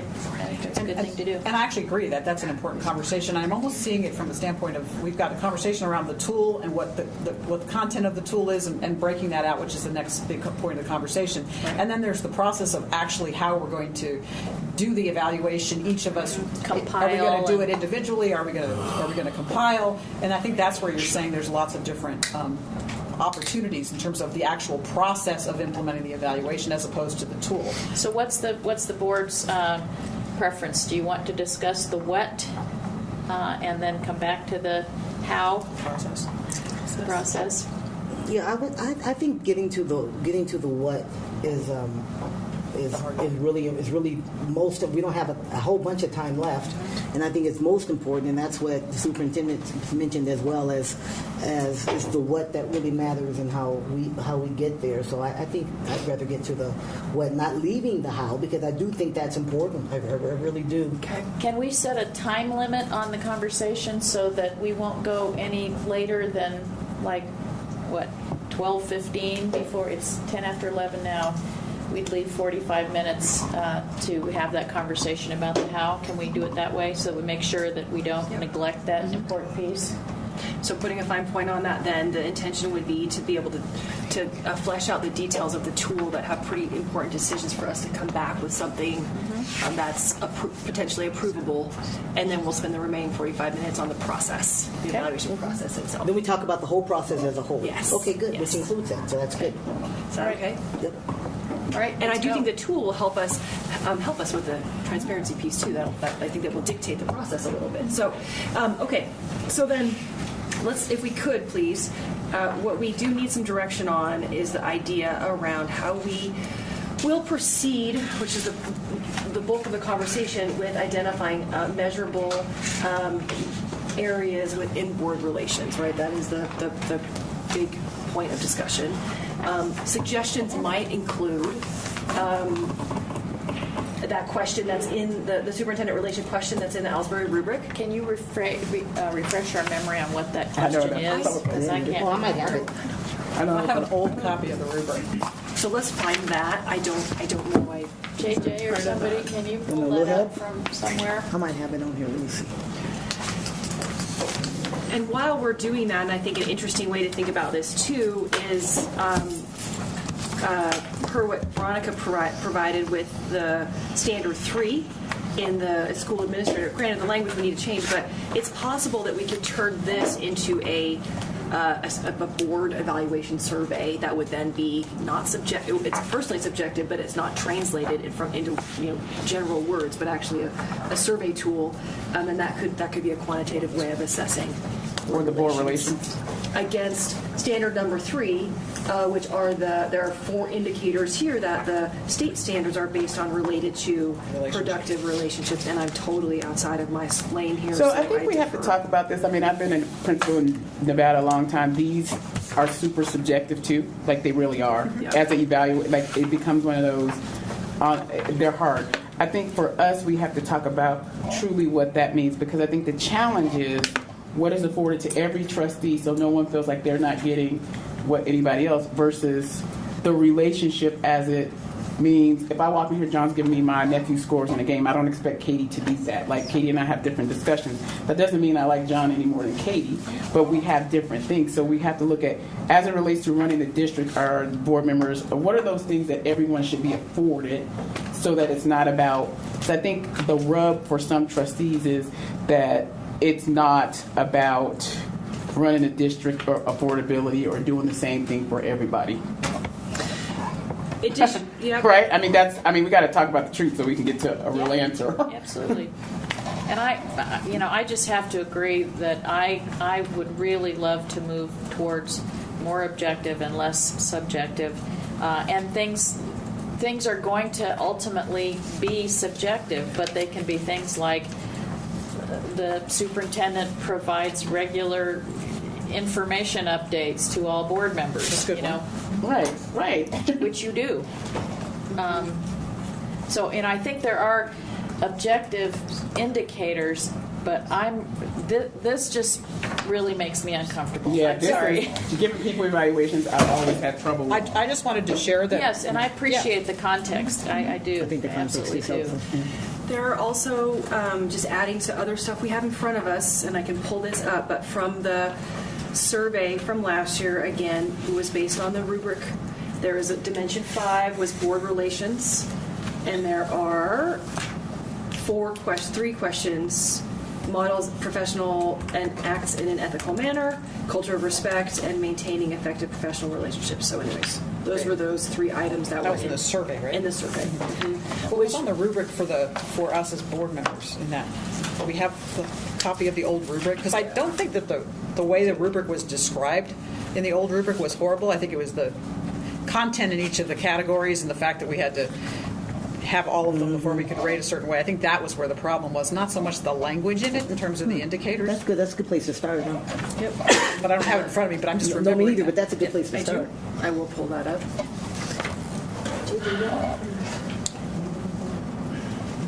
And I may completely change my mind when I look at it. Where's David found it? Before anybody else. Will it be chief of staff?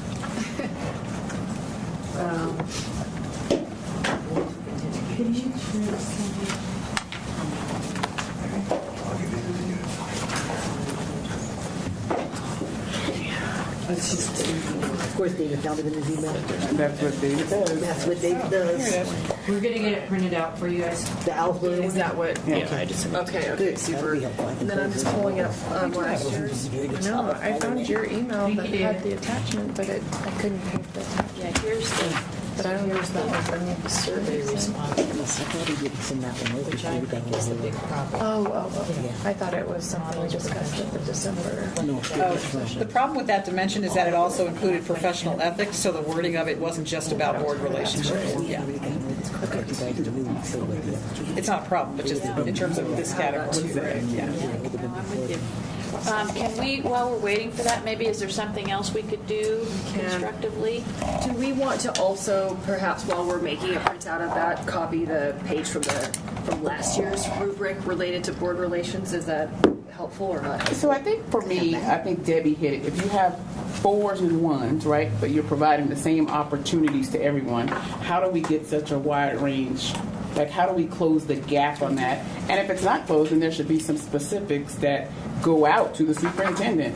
This is what's happening for me, and this is not like, how do we close that gap? Because, and here's a great example, Trustee Taylor said to me the other day, why didn't you tell me you were going to hug? And I said to her, what did I say? It was in the superintendent's highlights. You did, and I said, did. Like, I dang, can't I call didn't you read every that night. one. Like, I can't, that's too hard for me. That's why we Yeah. put it out to say, Yep. here's where I'm No. going. If you want to come, show up. And sometimes people show up, and sometimes they'll call and say, hey, I think no, I know, but that's an example, right? Like, I don't call people to say, hey, just got come hang called out out. with me. I did get called out. I'm But all I think on the record I and know, stuff. no, but it was a great example, right? It's a great example of that. is a great example. I'm putting these things out Yeah. to everybody, Yeah. right? And sometimes people call me and say, "Hey, I'm going to show up," and sometimes they just show up, which is okay. Like, here's what we're having. But if that's misconstrued as I need to call you and give you a personal invitation, then we can't talk about that because that's too tough every time. Like, that's why we put it out. That's not fair. Yeah. That's a good example. That's okay. I'll take one for the team. Thanks. High five. Thank you. So, and I know you're saying you're uncomfortable with this document, but I'm looking at indicator 2 under standard 3. This is again back to the administrators. And again, change the word administrator superintendent and use something like that along the lines of provides opportunities for extended productive discourse between the superintendent and board members.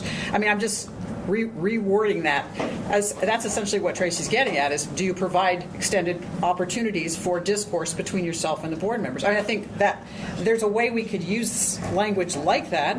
I mean, so that's one thought I had just looking at this.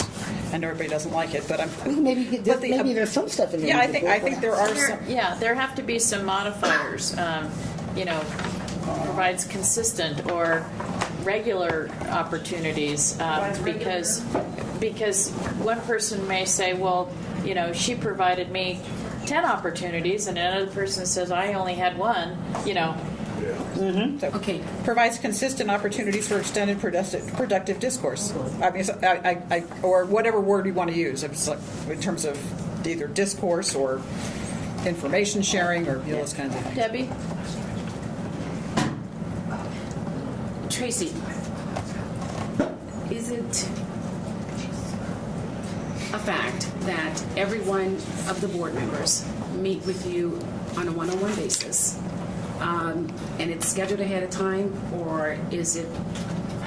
Are you just dragging me and John out? No. So you have to differentiate based on people's schedules, work schedules. Some people are retired. Okay. Katie's doing a lot of stuff. So the invitation has been standing. You call and set up.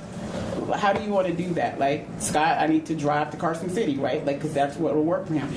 but the opportunity is afforded. I mean, this is no secret. I track and send it to you. So it's afforded to everybody, the opportunity, and I'll be happy to say that everyone is taking advantage of those opportunities now. Okay, so since everyone's taking advantage of these opportunities, isn't that the time to ask any questions which would provide you opportunity for productive discourse between the superintendent and what's ever I going on? would say so. Katie and I have had discourse. John and I have had discourse. You and I have had discourse based on your background and how you feel versus what I believe. And we walk out and we're fine. So I think that happens. So I'm not, this doesn't, that happens. I mean, this is well documented. I don't think that doesn't happen now. And that's the thing that we want to do is talk about things that are documentable and can be verified objectively, such as providing an opportunity for that discourse and providing regular information updates to all board members. Okay, those kinds of things that we know whether they happened or they didn't. If it isn't, that people are held accountable. What does that mean? Mm-hmm. Let's keep brainstorming on this. Let's see. We're working on getting the Ellsbury question up there somehow. Looking at somebody on that point. David's working on that. Yes. Okay. Is there any? Well, I think it's two ways that board members show up. We have to be seen together also, right? I can't always be with one person everywhere because that creates a vision of she only goes with this board member, right? I have always placed out here's where I'm going, and we have a variety of board members that go to things, but I think that onus should not just be held to the superintendent, right? No. That is a team effort to be out and about and in public and share the story. But sometimes it doesn't, for whatever schedules, right? It doesn't. But we have to be more diligent about ensuring that we are out in the public as a team and not just John and Debbie was in a school with Tracy, right? So Tracy, that can't happen. Is there a bullet point that we can put up there related to that? I'm hoping that we can determine something, but it's two ways, right? Mm-hmm. Well, board and superintendent engages in a variety of community and school events together, right? Yeah. Or something. In the contract, the wording refers to, which I'm not trying to get into but it's part of the contract, and it talks about it being, that relationship being collaborative and cooperative. Right. And I don't know how you measure that, but if it's not worded one-sided in the evaluation, if it uses collaborative and cooperative, I think that does then share that responsibility with everyone. I mean, that we're all responsible. And I'm not trying to jump ahead to the how, but I feel like there are then ways when we get to, the measurement of these activities or things where, it would be reflected if it was one-sided and therefore, be clear that she made the best effort. So I think that's just the important part, that the superintendent puts the effort into making that collaborative, cooperative relationship, and if it ends up not working and it's just one-sided, that's not a ding. It's just reflected somehow that the attempts were made, the relationship was. You have a thought for a bullet point? That was really good. No, I just don't know how to word it. I'm so terrible at wording these kinds of things. This is not my area of expertise. But I think, making sure that it be clear that what we're measuring is her attempt to engage and have that, and it not have to be a friendship or a going to breakfast, that my meetings are in your office and they're business. They're not, but that's not because I don't enjoy your company. It's just the way that works for me. And if somebody else's is more social or whatever, then that's what works for them. But that the weight not differentiate those two settings or whatever, you know, Right. that they are equal. So I The wrote attempt was there. Collaborative and cooperative were two important points, right? Those are good. I think those are good words.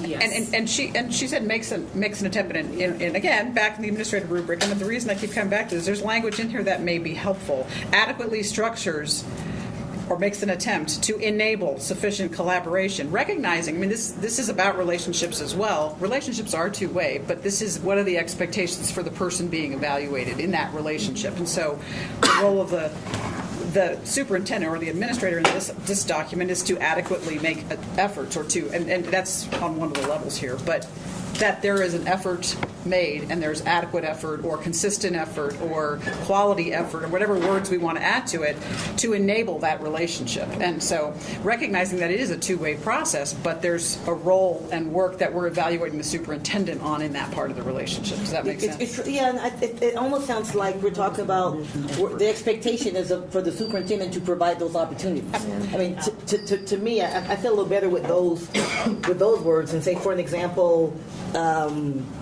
in the superintendent's highlights, like you do every once in a while, and you'll say, hey, you know, and let me know if you want to meet, and yada, yada, yada, yada, right?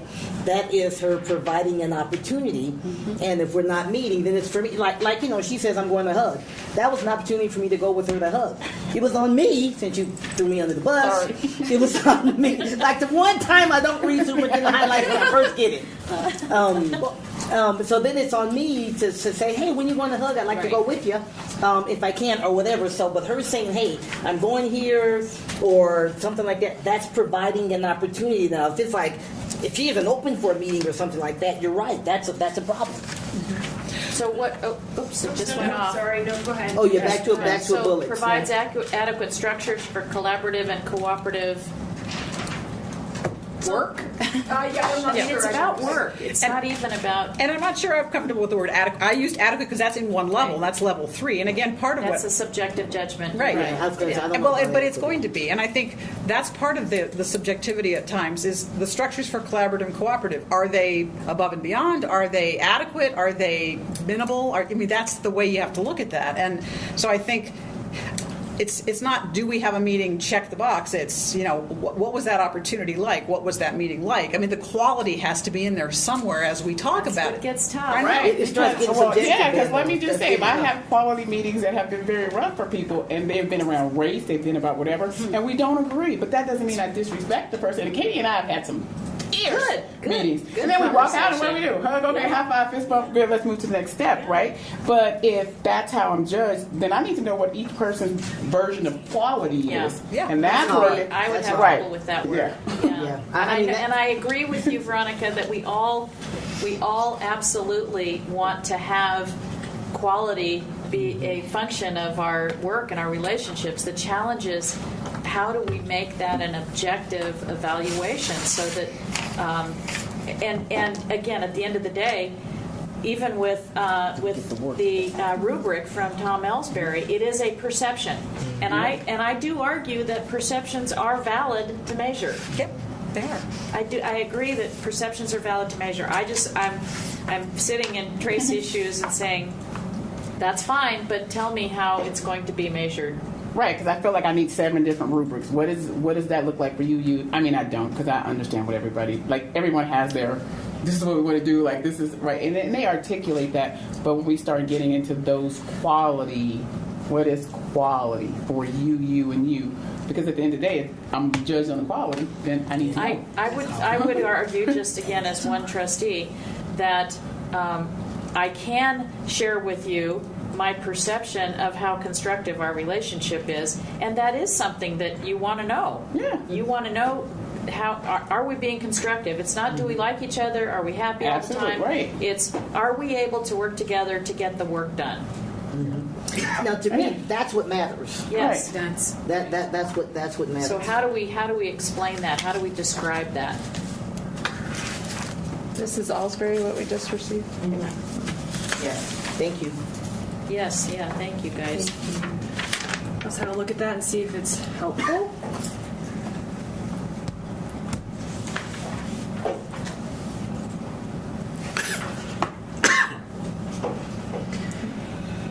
just personally, I'm less concerned about the mutual understanding of roles and responsibilities, although that is a part of it.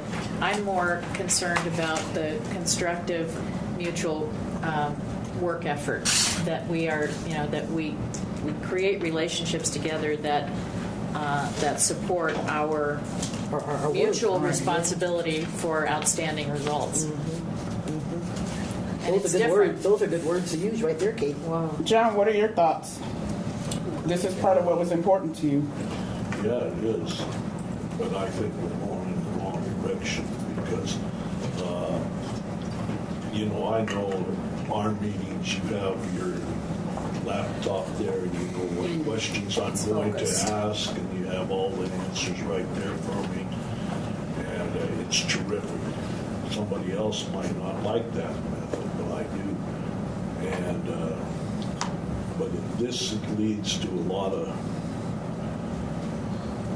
wide variety of responses to this. Well, and again, I'm sorry. But if it's just judged on the opportunity, It's there. If you don't make if something comes up at the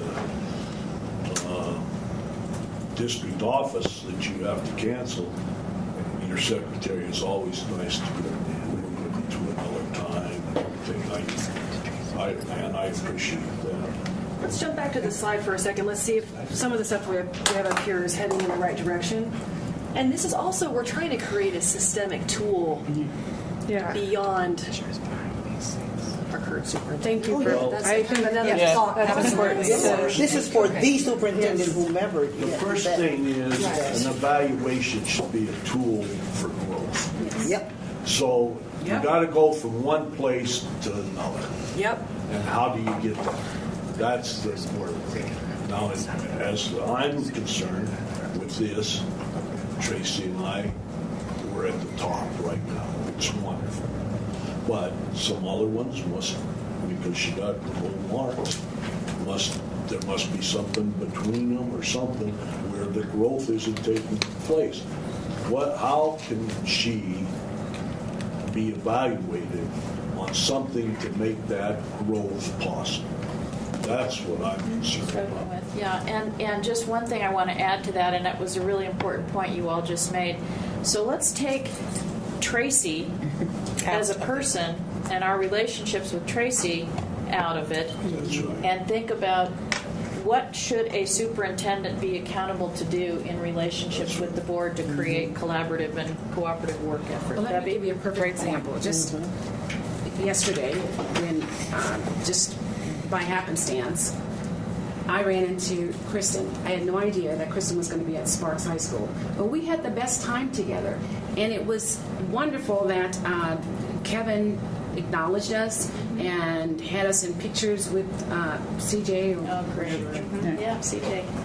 She felt so, she was just overwhelmed. She just thought, why all of this for me? Well, because you're special, and you make this school special for all the students at Sparks High School. And so, the opportunity was there. And again, it was on the email the day before. But I thought, that's close for me. Mm-hmm. That's my territory. My daughter went there, just like Angie wanted to be at HUD.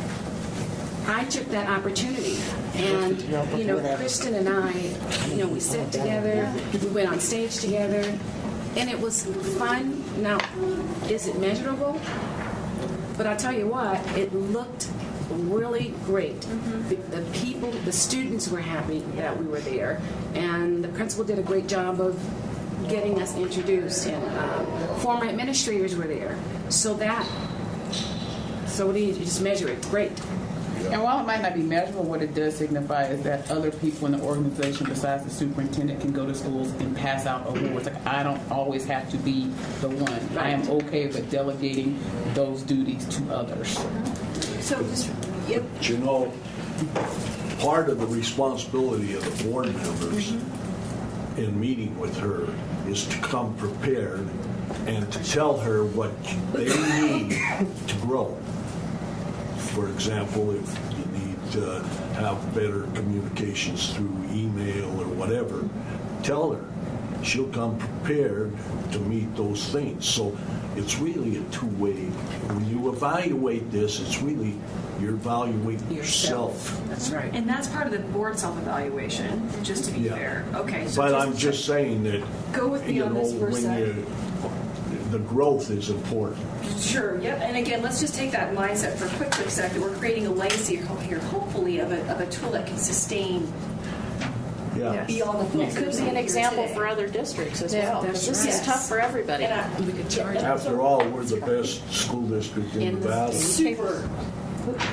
I just had a thought. I was just trying to remember the language from the contract. You mentioned the contract, and I probably should have gone back and peeked at it. But there's a line in there related to the superintendent's, the expectations for the superintendent around board-staff relationships. And I'm not sure how to include that there, if it's effectively addresses, resolves, collaboratively resolves, addresses a board-staff relationships, or so supports the development of board-staff relationships. Supports the development of board staff. Let's Something just try like that. support Yeah. the I'm just development trying to remember. It just relationships. popped into my head when we were talking. So what is support How do you- board? yeah, how Yeah, do you what make that exactly? Just keep talking through it. Okay, Yeah. I'm just talking through it, Tracy. I'm not. Yeah. Yeah. Keep talking through it. You got- Whatever. But I you have understand the- where I I'm can going. read it if Yeah. you want. What does it say in the contract? Yeah, that's right. Yeah. Shall be responsible for fostering and managing a genuine spirit of cooperation and collaboration between staff and the board, Yeah. and for keeping board fully informed and abreast at all times of significant developments, initiatives, and issues facing, which I think is in those That's updates, in the updates. Yeah. Fosters the, there was good language and there. managing. Fosters and managing. Thank you for reading that. That's where I was going. I don't like manage. That's a, Okay, we can get It's rid of what's in it. the contract. I'm just reading it. I don't. Oh, I I'm see. not saying I agree with the wording. I'm just reading But it that's as a it good is place to start. in the current contract, not the Okay, one that we're. There was one other Possibly. phrase that was in there that was good though. Sorry, I apologize on that. There was the spirit, something around the spirit. It says, fostering and managing a genuine spirit of cooperation and collaboration between district staff and the board, and for keeping the board fully informed and abreast at all times of significant developments, initiatives, and issues facing the district and its staff. And that it's as Superintendent Davis shall be responsible for doing those things. So if there's anything we want to add up to the first one, regular updates to the board on all significant, I mean, I think, and maybe that's different than just regular updates. That's Yeah. providing, Yeah, I think that's Yeah. communicating immediately about significant events. Yeah. That may be a different bullet. Significant developments, initiatives, and issues facing the district and staff. Significant developments and issues. No, that goes with updates. That goes with the first bullet. Well, But yeah, Okay. Yeah. yeah, it's updating. Okay, we'll fix that. Okay. Yeah. On the last bullet, I would suggest we go with some of this language instead of foster the development of board and staff relationships. I like fosters and manages the collaborative and cooperative relationships between the board and staff. Yeah, I do too. I'm gonna borrow that. Yep. That's good.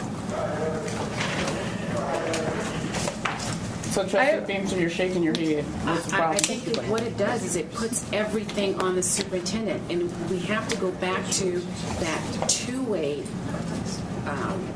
relationship. And again, like I said yesterday, I had the greatest time with Kristen, and it worked. It was, it was visible. Now, is it measurable? Did it have an impact on the school? That's something you have to. We'll see that maybe when the principal evaluates the superintendent. So So you're uncomfortable with managing, but we have to be a part of it too.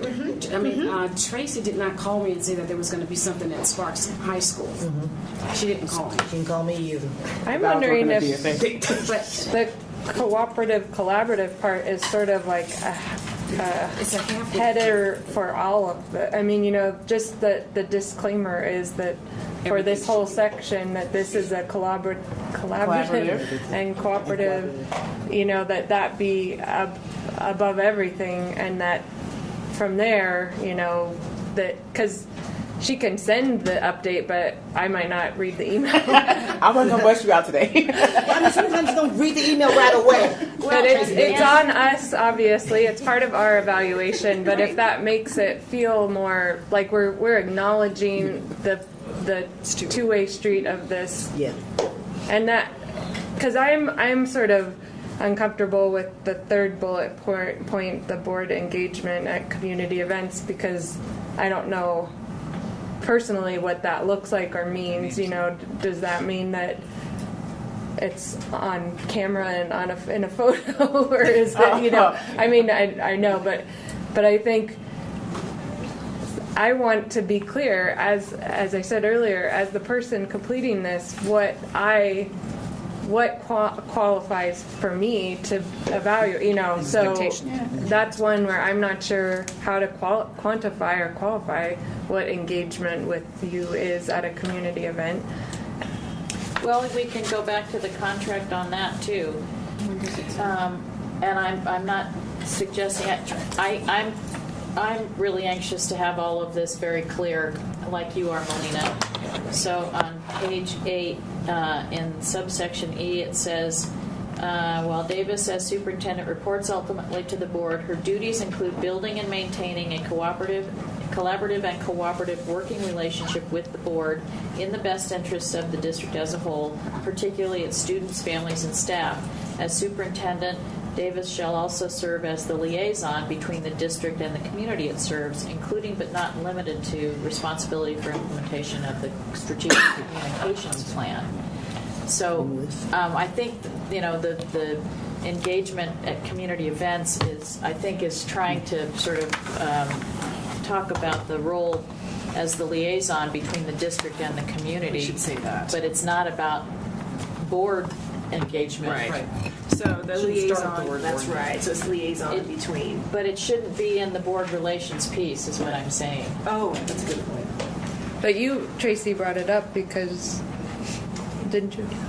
About us being seen. Being Right, seen like that's together. that whole Yeah. notion of, I think, which leads back to him, there are board members who are pro or against, but I think part of that happens because if you see me somewhere more, and part of that lends itself just to the work, like you're over family engagement, so guess what I do with you? Family engagement. John's over NIA, so what do I do with John? Sports, right? Like everybody has their little thing, so it's kind of difficult too, right? Just depending on personal schedules. So it's kind of, I don't know. Well, I also don't think that we should start a bullet point with the board. I think it should start with the superintendent. And so I think it's understood that we have a role in terms of our role and our responsibility in relation to the district, the community, the superintendent. And this is a document that we hope will live on in posterity in terms of identifying what our expectations are for the superintendent's part of that role. So I think I want to go back to sort of reiterate that. I think we need to have a document that is acknowledging what our expectations are and what that superintendent understands and agrees with around the expectations for the superintendent. And I think we need to make sure that in this, I think it's an understanding that it's these relationships are two-way, but here are the expectations for the superintendent's part of that. How about this? As the liaison between the district and the community, the superintendent engages the board in community events. Perfect. I like that. Okay. I think it's perfect, and that's what she does. Yep. I mean, that's exactly what she does. So as the liaison between the district and the community. And the community superintendent engages the board in community events. Yep. So while Kathleen's typing that, just really quickly, we have an alignment and agreement.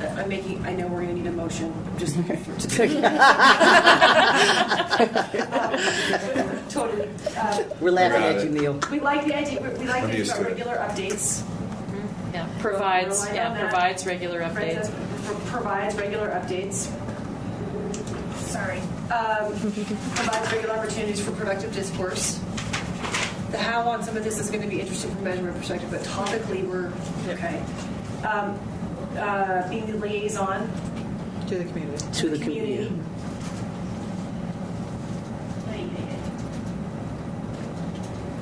Sorry, no, that was okay. That's right. Yeah, you already have that. As is okay. All right. As the liaison to the community, right? Mm-hmm.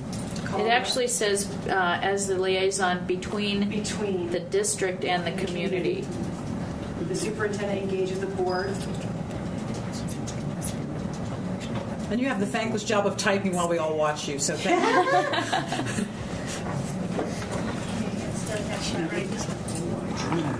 Community events. hands. I had said hand. Right, it's Yeah. she. Melanie, you asked about that. Engages us. I mean, that's kind of questionable. How do you do that? Get over here, Melena. Get this picture. I mean, everyone plays their own role, I think. Like when we were at the Sun Valley New School Break. During community events, or at community events. You just walked up to me, what am I supposed to do? And I said, well, it's freezing out here. But, people saw us together. They knew we were board members. And I think that's the two-way part. Mm-hmm. It's not Tracy's responsibility to say, come here. Right, that's my Melena, struggle. Like, do I come got to over pull here." you in? Yeah. Like, How about to participate in? To participate. right.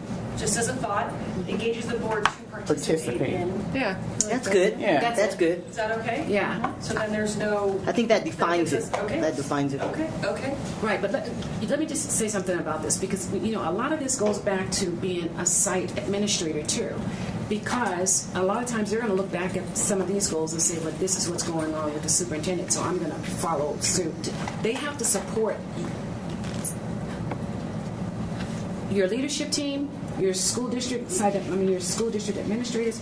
They should all support the superintendent. Well, they have to look at what we're evaluating you on, because they need to be a part of it. And I guess again, it's all of us, and all of us should be working on behalf of kids. When you are providing the school board meetings every second and fourth Tuesday, that's engagement with the community. The community, we put it out to the community. Here's our school board meeting. Please come. You have 13 days to, comment about this. All that is part of, laying out the plan. Okay.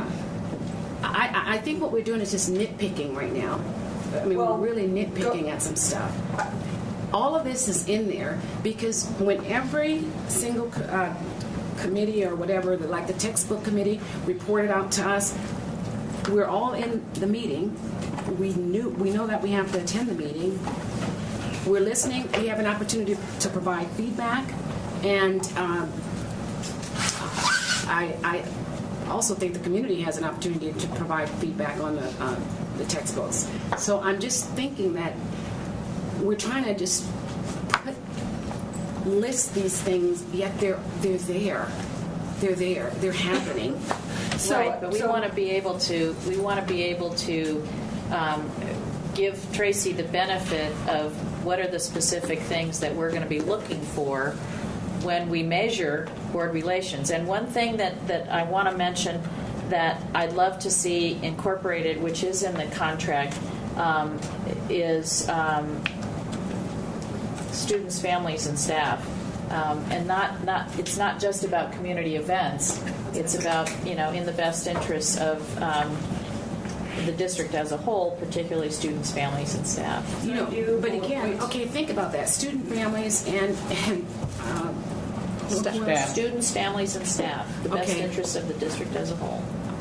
I have got to tell you, if I go to a store, I try and chat with every student that I think is part of the district. Hey, what school do you attend?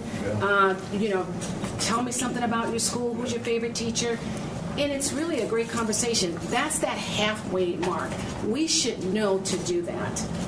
But this tool is the superintendent accountable to do? And I know we're trying to figure out how do we set the stage that it is all collaborative and cooperative, but what are the things by which we're going to collectively and consistently, And that's what I'm saying. That is consistent. And you know what? I'm seeing the difference right now. I see what it is. I think when you've been a site administrator at all 3 levels or just 2 levels, you know what you're supposed to be doing out in the community. But what you're saying is that that's what we've always done, so it becomes really simple to us, but what you wanted is bulleted so we could measure So it. everybody can know it. Yeah, 'cause And I'm- especially I Scott, know. who's not here. I need that information. Well, that's a I need to point know what right that is. there. That's right. So I'm going to bring us back Attendance around. at meetings, I don't like speakerphone and that kind of stuff. With everyone's respect, I'm looking at the clock. We've got about 25 minutes, so we have a fair bit of work to do. Can we agree that what we really need in this conversation is topically that we've covered the key items, because we need to bring it back to you all with it, a bit more buttoned up, which we will absolutely do. I like the direction that it's going. I don't know how everybody else feels, but I feel it's going in a good direction. Yeah, I like the direction. I'm going to ask just a question, and I think this was my idea to put it in there. Fosters a genuine spirit of cooperation. Genuine is, how do we measure that? Yeah. I might take that word genuine. That was just exactly what was From Yeah, it was in the contract, but I think perhaps But yeah, genuine I should be a think you're word right. we remove. This Okay. fosters as Yeah. opposed to a disingenuous spirit. Right. Yeah, phony spirit. Yeah. And so we're clear on the last one. Engages with student families and It's a little fuzzy. Yeah, still. she was just Okay, yeah, okay, trying to yeah. grab All the right. language Let's start that from I... the top, and I'm just Yeah. going to look for head nods. We'll take a motion in a quick sec. We like regular updates. Regular updates, productive discourse. In the liaison and engaging the board to participate in community events. Structure for cooperative and collaborative work. Collaborative relationships between the board and staff. That's a little squishier for me. Me too. So Yep. these two are squishy. We don't need more either, by the way, just as a point of information. So Yeah. just more is not always better. So Yeah. if there's duplication here or there's something that just feels squishy, it's not going to feel good come October, so let's modify it or remove it. So are we talking about the first bullet where your hand is? The last year. Yeah. The last two. Is this covered elsewhere? I Yes. think that fourth bullet, the provide structures for collaborative and cooperative work effort, encompasses that. Right. And does it become, okay, so we can remove this one And the next And one. the next, and the next one. That's how I feel. that's right. I'm good with that. I've got some head nods, but Well, I think, Melina, you had asked a question about I'm the how one does that look, right? who's probably I understand our quest for objectivity, and I also recognize that this is a leadership evaluation. So part of what I look at is competencies and not just, and you have to be able to observe them, but measuring them is the challenge, and observing them is the challenge. But I don't think you can measure everything. But I get that I'm the lone voice that believes that that's important in keeping that up there. But so I'll let that go. Well, I'm wondering if in that fourth bullet, do we get more specific cooperative work between board and the district? Or, I don't know. So bullet, the last one, engage students, families. With that, we can- No, sorry, what- not that what- one. what- Right. The Is it gone? fourth. Yeah, that's Okay. No, that's gone. it's gone. But if we, just to, the fourth bullet, if it were to be a little more specific about that structure encompassing that relationship between the board and the entire district. So Yeah, I just like, what does that look like for families? Like, I get what you're No, saying, not right? the- Not family. not No, families. but entire district, what does that Oh. look like, right? Like, Yeah. that's all I'm saying. I agree, but we got to be clear about what that looks like, because come September, somebody goes, well, you didn't do X, Y, and Z, but then I didn't understand that was your expectation, right? I just need to know what we're saying, not just the. Well, I think Yeah. to me, and maybe this doesn't help with that bullet necessarily, but so like in our monthly meeting, if I tell you about the parents' concerns at a school in my district and what they're worried about, and you follow up with answers to those questions that I had about, Okay, that's perfect, right? That's what I'm saying. Like, what are these examples of what that looks like? because yeah. and then if it were a question about,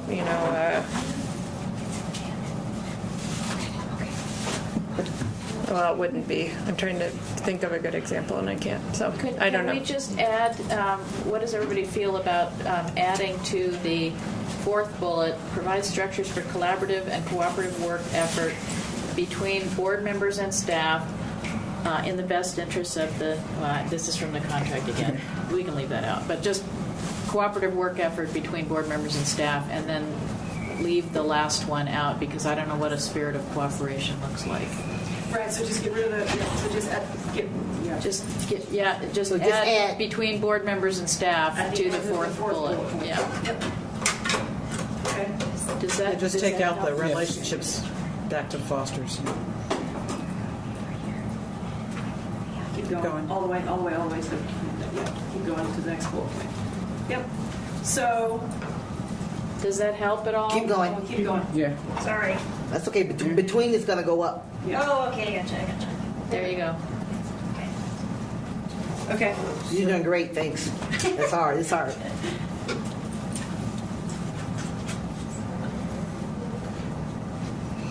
So, I think that I'm okay with that. Well, that's me. How do you feel about it? No, I think once we talk about what those work-throughs are, I think that was a good example, right? Like, those are very specific things that you can measure and say, here's some of those things. I just don't want it to be, Tracy was at HUD doing waffles and we didn't know about it, right? Like, that's hard for me because sometimes I don't get that to the last minute and I just show up, right? Somebody's mad, why didn't you tell me about the HUD waffles, Why right? didn't you tell me about the hook? I did, though. I know there Right? is. No, these weird things. There has to be room for I it. know there is a piece that's missing, and I understand Veronica's concern, and that is the sort of how is our relationship? That's the piece that we're missing, and how do we find that a way show up? to articulate? Because it should be about a constructive. It should be about a constructive relationship for the meeting the goals of the district, and I don't know how to say that. I agree with you, and as a CEO, the CEO does have a responsibility to be creating that relationship with board members.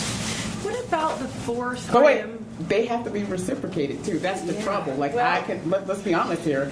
There were times people didn't meet at all, and I put it out in the universe. Why should I be penalized if I'm going out and I'm going to meet and you don't meet? Like, at what point do we say that I hear everybody ya. has to be open? Yeah. I can't be held accountable if you choose not to engage with me. I got it. And Just to sitting Debbie's here point, listening to, I almost fell It's off my hard for chair them. that when I heard you say that you drove to Carson City, that's courageous. I commend you for it. But that's going the extra mile as far as I'm concerned. That's going the extra mile. Because the superintendent is supposed to run the day-to-day operations of the school district.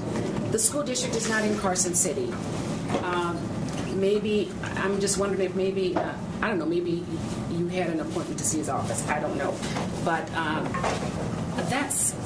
I think that's just differentiating. Everybody has different again- schedules, right? Like, I you're have making to, the effort Yeah, to have right, an effective, yeah. constructive Right. work relationship. Well, I want to go to Vegas with right next to you. So, Mr. Mayor, and then I have a suggestion.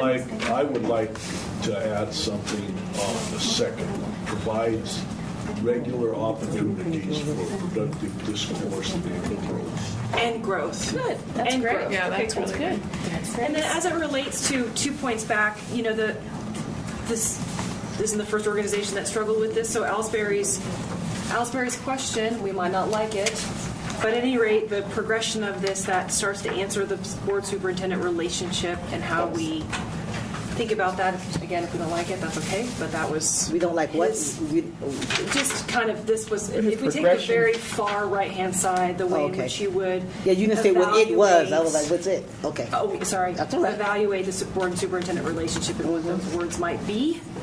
Why don't you guys, since we are pressed for time, We are. Erica, if you want to, you and your team maybe provide us. I think you have a sense of what we're struggling with. Yes. Which is that how do we have an objective bullet point for the squishy part, and maybe work with Tracy and with staff on some examples that exist elsewhere, and see if there's something we could come up with. But otherwise, maybe we could take a motion on the first 4 bullets as they are up there. Not as final necessarily, but as substantially complete for the board relations metrics. Does that work for folks? Does that work for you, Tracy? Okay, Veronica, does that work for you? Okay. Can I just say so moved? You could Just say say so so moved as long as the staff got it. Sugar levels get low. Need snacks. Wait, look, so, do we have a I second? move that No. we approve the 4 bullet points under board relations as a guide for on strategy to provide that category. Or is it stronger than guide? And additional direction. Oh, and an additional direction on a Potential future bullet. potential bullet or a future bullet point that would address board relations in working with the staff to come up with that.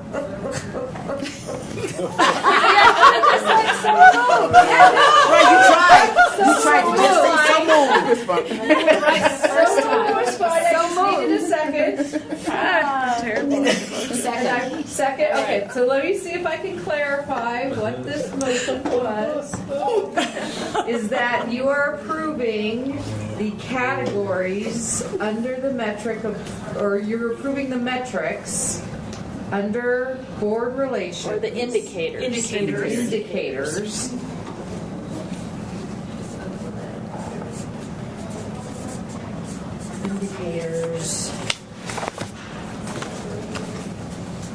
in draft form, That helps us. or with the understanding that As substantially complete. that was the one I was There you go. looking That was for, as substantially complete. That was the phrase that Katie used. Yeah, that, huh? Thank you. But the harder one is the next part, with direction to staff to work with on strategy to develop and indicate one or more indicators to objectively measure superintendent relationships with. Oh no, I can't. That's tough. That's tough to even say. That's tough to even say. But it's the relationship. But to objectively measure the superintendent's work, I don't know, to facilitate relationships between board and staff, something like that. We have staff up Do here. more research on this. We did the staff one. It's really more about, you were talking about, Okay, we yeah. need to be able to talk about how is our relationship with Tracy. Okay. So that's kind of where we're Take stuck. staff off that Yeah, one. the staff we put on bullet point 4. No, we would leave that on 4, but we would So, it says substantially complete with direction to staff to work with on strategy to objectively measure the board's relationship to the superintendent or with the superintendent. to develop one or more indicators to objectively measure the superintendent's relationship with the board.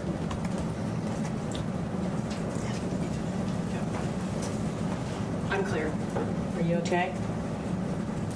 To objectively measure. yeah. Okay, all right. But see, the way I'm seeing it, I don't think we have to necessarily come up with any more indicators. Just to maybe work, I see where we can work within the 4 that we have. But that's just, Well, why don't we see if they think can come up differently. with something? Okay. just give them the responsibility. Yeah, Tracy to work. And see how it comes out. If we don't like it, we don't have to take it, right? Because just to throw out 2 things, that's just, I don't think we got a second. I got it. I think Debbie said. yeah, I second. Oh, thank you. I said, Yes. Even though it was so terrible. You I know, I loved it. Is it clear? That was tough to work through, though. That's Okay, staff, are Thank you you, clear? JJ. Yes, thank you. Okay, is there any other discussion on that motion?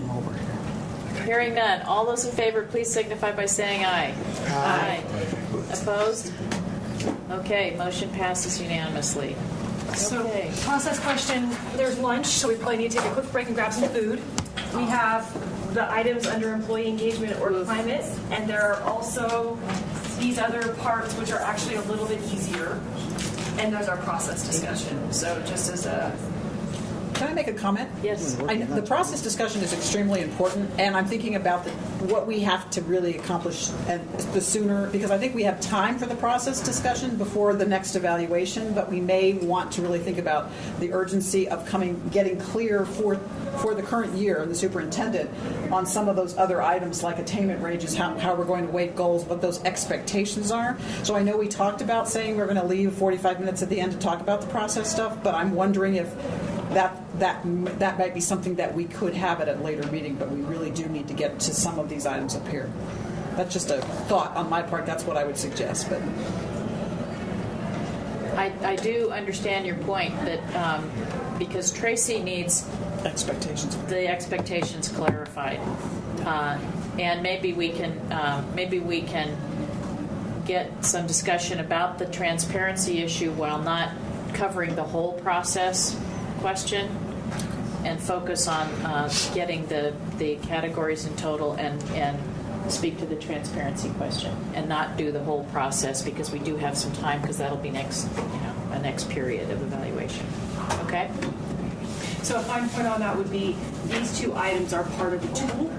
I don't think they're as hard, quite frankly. This part is the hardest part. Yep. So great. Wow. So let's try to get all of those. Okay, we have to take a quick break because we have some very special guests.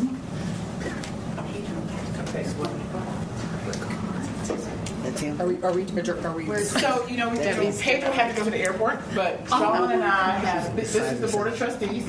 We had some really fierce conversations this morning, and they were fierce and they were robust. We talked about him being a white man and me being a black woman. No, you have to open the doors to the truth and things that are happening and setbacks, but how do we get better for our children? And so he's been doing some good work, and thanks Sal and her department for bringing, I know everybody wants to see some of the things, and I told you that, but I just thought it was great. Give a few words to this picture this time. Oh, sure. We just met today, too. Sure. Thank you. Hello, everyone. Hi. Great to be here. It's so much warmer here than it is in Maryland. I bet. Yeah, it's been like 5 degrees. Yeah, it's crazy. Crazy. You're welcome. Yeah. You're welcome. Thank you. Thank you for coming. We appreciate it. Absolutely. Sorry we missed you. Yeah, it's going to be, I think we're going to have fun right after. I'll be doing a speech over there right after lunch, following up. Pedro did the keynote this morning, and I'll be following up. I think kind of the balance, just to give you a snapshot of what's going on. Have any of you seen Pedro speak before? He gives this great broad perspective with examples of schools that are doing it and districts that are doing it, and what the patterns are, with his research, and the 5 things that need to be there. It's great. It's great. So what I'll be doing is picking up on that for the afternoon and giving like a more micro level, almost introspection about what each of us needs to do.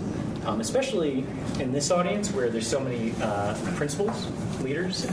So what I'm going to be advocating for is the need for leaders to shape what's called brave space for adults, so that we can come together, humanize one another as multidimensional people, and build the trust that's needed then to have the conversations that need to happen around the issues that are causing problems for us and our students, which is living in a legacy of slavery, living in a legacy of colonialism, and then all of the other things as well.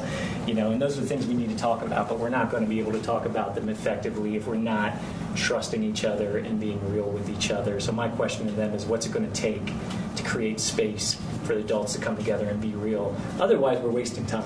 We're just wasting time. We're wasting time, we're wasting money, and so on. So hopefully they'll leave inspired to create space for the type of conversation that we had this morning. It was a great conversation. It was not just a Washoe conversation. We had Clark folks there, folks from Humboldt, more northern Nevada, but these issues are becoming more pervasive across northern Nevada if you hear those stories. But thank you. I know you're busy, but I just want you to come over. Comment. Public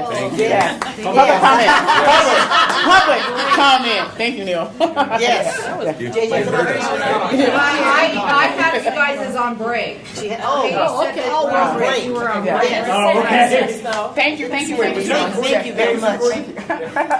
We'll figure it out. Thank you. That was awesome. Yes. Awesome for them to stop by. Public comment. And I can't be in that afternoon. That's public comment. Oh, my God. Chief General Counsel. We'll send you the link to watch. Let's break and grab food and not even leave the room. And let's we won't actually recess, because people can go get their food and come back, and we can not be on recess.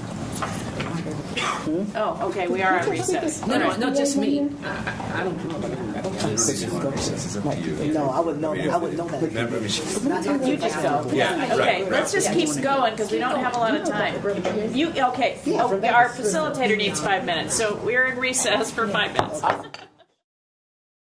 let's be back in, and council has something he wanted to. Yeah, so real quick, we had a special guest speaker. That was public comment under the open meeting law, and we're not to deliberate or discuss the topic that was brought forward. So it's just the rubric, or not the rubric, but the Tool. proposed framework for the tool and all that business. So we stick to that, and I think we're good to go.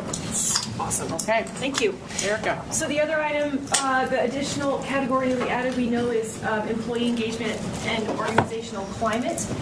The bullet points that are up there are twofold. One, I wrote down school climate, and David commented to me that in Goal 5, the school climate surveys, excuse me, in Goal 5 are the school climate components of the, well, they are the school climate surveys, so I think we should remove that from here because that's duplicative. It doesn't make any sense. Yeah, well, and I don't know if they go out to parents, and I know staff do participate as well, but it's a broader survey. It's not just staff. So, Right. So it's not really addressing specifically. Yeah, so, oh, good point. Okay, yep, get that out.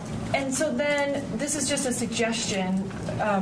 We didn't make suggestions on the board relations item because I thought the conversation that we had just now was important to co-create that. The board co-created those items under employee engagement or climate. What we do have on paper right now with baselines would be the data from the survey used as part of the superintendent evaluation process last year.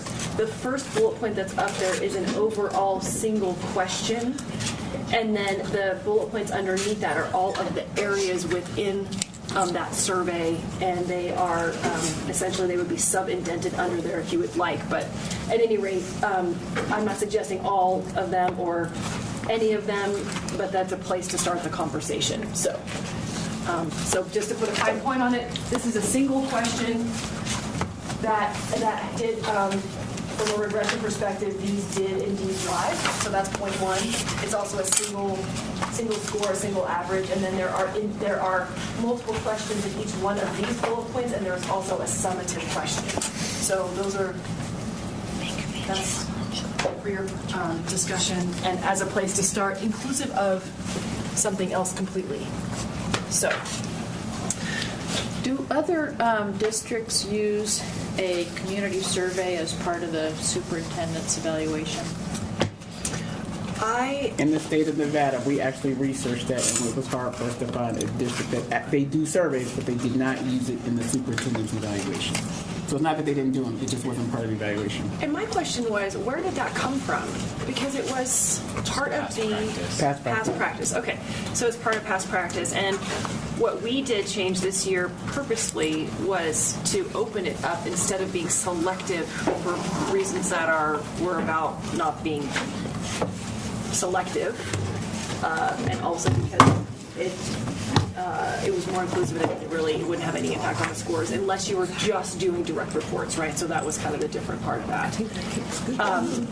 But anyways, so that's the data set you have. There are plenty of other organizational climate, employee engagement surveys from Gallup and other, national standards. That's another place that the board could go. But we need to just have a little bit of direction on where we want to go with the indicators under employee engagement and organizational climate. That's the specific question. And those are just placeholders for discussion. Well, I think the survey we did last year was community and staff. So I think if we're talking in this category, I'm wondering if I think that we have baseline information now from at least from the data we received for those within the organization that could be easily used going forward. So that's the benefit of using some of those, I think, is that there's a baseline there. And I think the question of how and whether it's part or done alongside the superintendent evaluation is an important one, but I think the data itself is something that should be gathered by an organization. And like you said, it could be Gallup, it could be other engagement surveys, but we have used this. So if we were to start a new one, we'd have to create a baseline and go forward from there. So I think there's some value in using some of the questions, maybe not all of the questions from those different categories, or at least some of the key questions that we consider important to us. And just to comment on that, it would be easy to extract the community segment from the data, of course, to be baseline. And so that's what the board wanted to do. Do we have other places where community input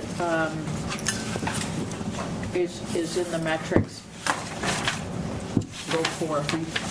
So 2, 3. 3.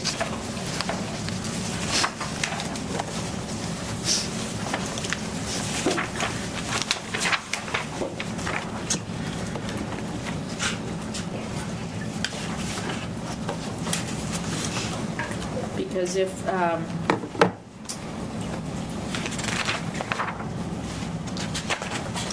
we're going to carve out the employee piece of that, then there's no other place where. Well, I'm not suggesting we don't survey the community. I'm saying for this particular conversation. No, I'm tracking you. I'm trying to check and make sure there's another place where community input is objectively measured. And I recall our conversation, which I agreed with, that there's a difference between having the community take a survey that provides their feedback about the district, which I value, but then having the community provide feedback specifically about the superintendent. I just think it's not fair, I guess, is how I feel. Yeah, I remember that conversation, and I like the idea of the survey not timing-wise or in any other way being linked to one superintendent's evaluation, that it be something annually that's completed that has more than just questions about, the superintendent or even the leadership, but that asks questions about the board and our involvement. And so I feel that was a good direction to go. And I agree with that direction. Mm-hmm. And I think that community survey about all of those things that relate to the district's performance and results should be a part of data that is looked at as one line in the superintendent's evaluation, if you will. But it's not about, the survey is not about the superintendent. Right, it's about the district. Yeah. Okay. And it isn't administered at the same time as the evaluation. Right. It's not. It is not. It is not. It's not. So I agree with Melina. I would like to see the surveys broken, one for the community and one for staff, because community members have approached me about this, and they say, well, all the staff puts their ideas in and ours get watered down. So if you have one for the community and one for staff, it would be fairer, because you could get, the staff says, okay, they can load it up, and then the communities gets watered down process. But what we were just talking about was having the community survey not be about the superintendent's performance. Yeah, and I agree that even staff should be, because you get those, they can manipulate it if they know it's for the evaluation, but if it's on student attributes or whatever, Oh, thank you, sir. it makes a difference. Well, maybe that speaks to using something like Gallup or something else that is talks about engagement and climate and less about superintendent. and there's Baldrige. There's a bunch of them. There's a bunch of them. Yep, that have benchmarkable. Yeah. The school district benchmark. I mean, so we would have a different benchmark. It would be our own performance. It would be against the national standards of what they have. So those are certainly other best practices for organizational employee engagement or climate stuff. Right.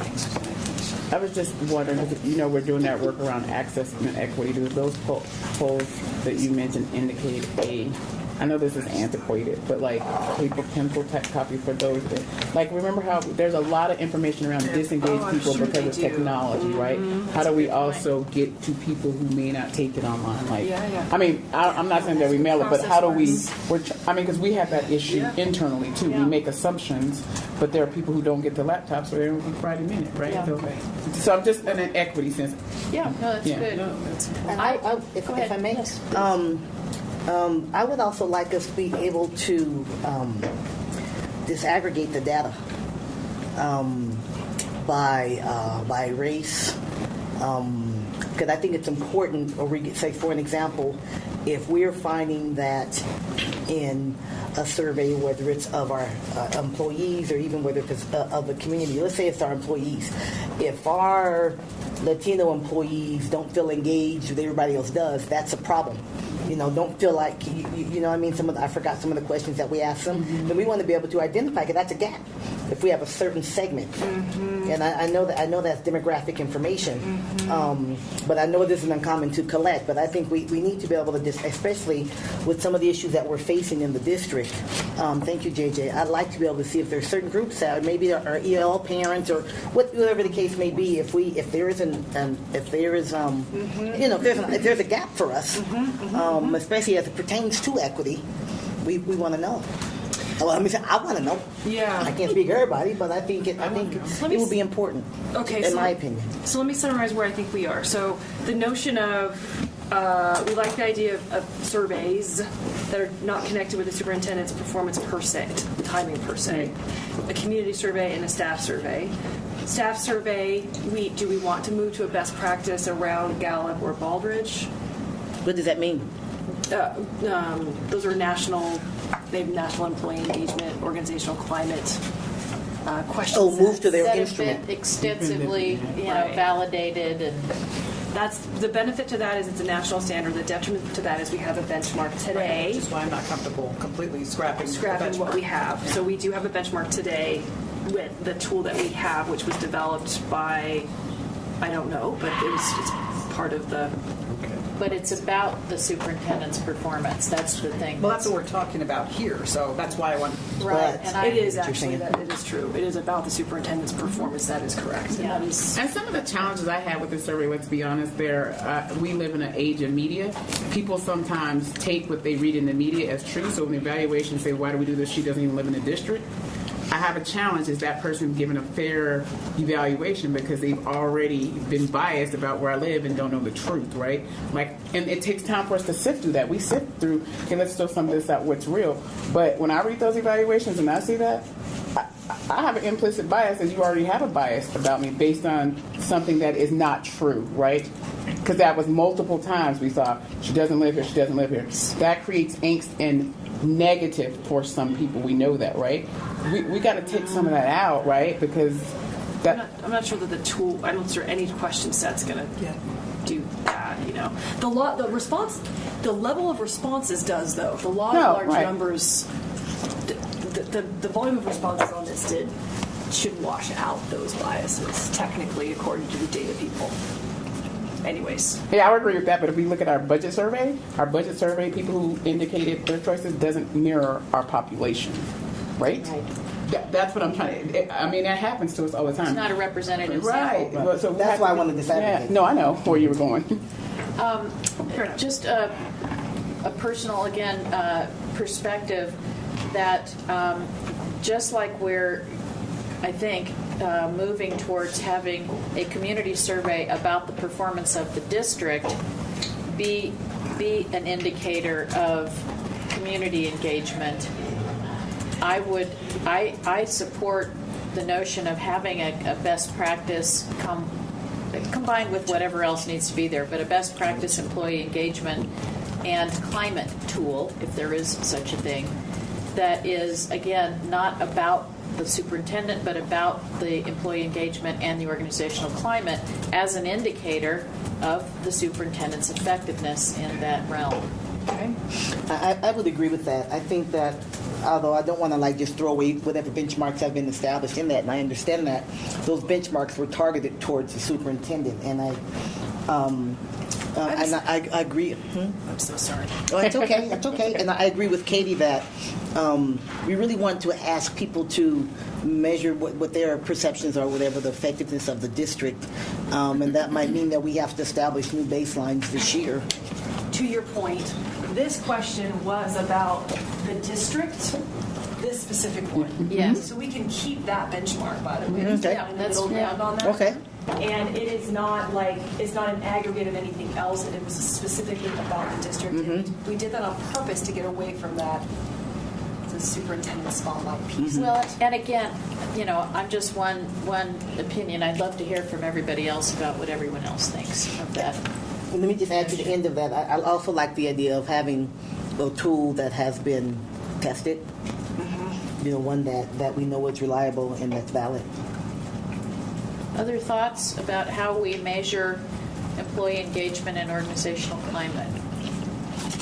My only addition would be that, I definitely see where you're coming from, and we put this survey out there, we received results, and to kind of appear to disregard them and leave it all behind, doesn't feel great. But I think what I like about changing to a Gallup or whatever is that I'm trying to think of this again as something that we are establishing for the future, and that we're making a lot of substantial changes to this whole process, and to me it fits that we would evaluate the survey as part of that process, and although we would be losing some of that information or the longevity, I'd rather start fresh with the whole new process, and I think feel like the data that we are receiving is not just this segment. I want it to be broader. So. I think with the inclusion of last year's overarching question on the overall perception of the district effectiveness, and I agree with you, it's very important to me that we acknowledge those 1,200 or so people that did take the time to share comments. I think if we incorporated that overarching question somehow, that would maybe be a bridge to a new tool. Well, I think one of the ways that I also, that's the reason I'm talking about it, is because we received some information about what's important to our employees in that survey, and so I think we need to identify ways to continue to measure and evaluate those things. Particularly in the areas, and I believe the areas that I'm thinking about were collaborative leadership and organizational leadership. And so I'm concerned about shifting to not including, at least not losing all of those measures altogether, because I think there's something important for us to continue to evaluate in a longer term. I'm not saying don't do Baldrige or Gallup or other engagement surveys around their experience of working in the district as a whole, which is what those surveys are about for employees. But I don't want to lose some of those other things that we used last year and we used years before that continue to allow us to evaluate the employee's experience. And so I don't think it's an either or, but so, yeah. Yeah, we can blend them. So we can take it, here for the rest of the trustees, we can take that direction and come back to you with something that's more robust. And I just wanted to say that there is a benchmarkable Gallup tool for public school superintendents specifically. Really? Yes. Wow. For employees in schools. Yes, for worker engagement. Yep. Yep. And so, and I will not waste our time with this right now, but it was conducted in the middle of last year, so we have something to benchmark against nationally, anyways. Oh, great. Plus Thank you. ourselves. It was done in the middle of last year. It Where? would. You know what? I I do not know. Oh, I'm sorry. not here, though. Yeah. No, not Okay. here. Probably they're national. They probably had several people and they normed everything together. They probably did. And you know what? I'll, via David, we'll get the article out to the trustees. Okay, cool. Yeah. Thanks, David. Yeah. So, The other thing, I just want to not lose John's great comment about growth. And,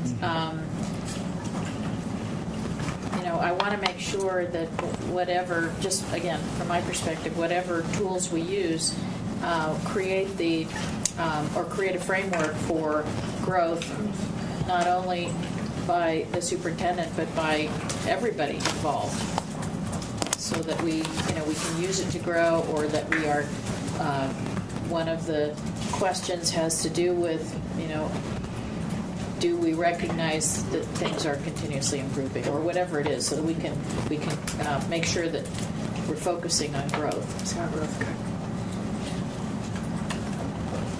Well, with regard to teachers, wouldn't we go back to their evaluations to see? That's a principal's responsibility to guarantee that student achievement is occurring, so that's obviously due to professional development that teachers have.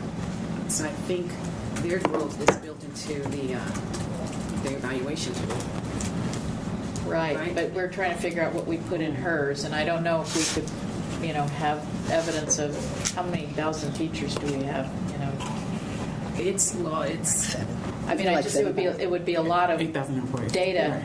Yeah, a lot of data to compile, but it's they're not all teachers. How many teachers do we have? 4,000. 4,000. We have 8,000 employees. When we look at what each school could do, I don't want to add more work to them, but I mean, you could look at the scores and see growth. I mean, that's how I would measure it.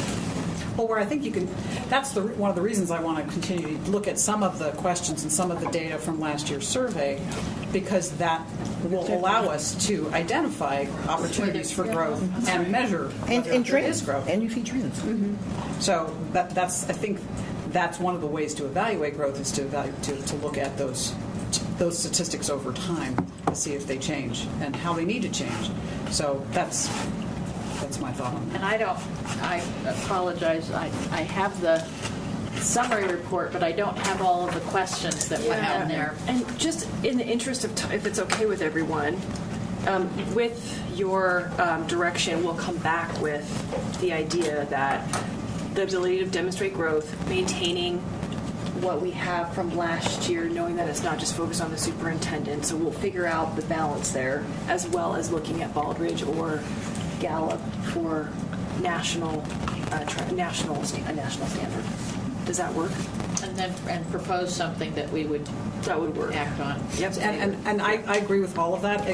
In this discussion, I'll probably be the voice that says I'm not completely on this. I don't completely agree that we shouldn't be asking questions directly related to the superintendent. I'm not sure I completely agree with that. Not necessarily all of them. And again, this isn't about an individual superintendent. This is about my sense of trying to figure out ways to evaluate in other organizations when there's evaluations done.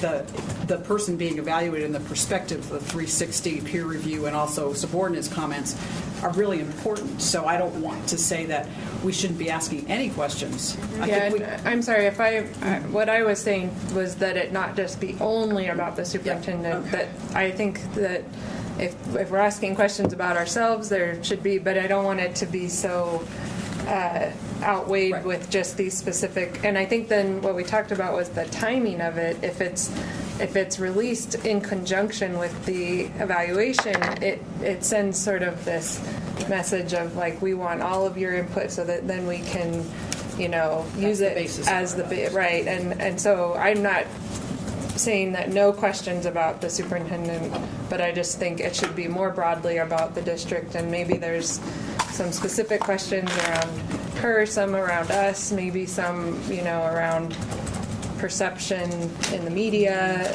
that kind of stuff. So. Okay.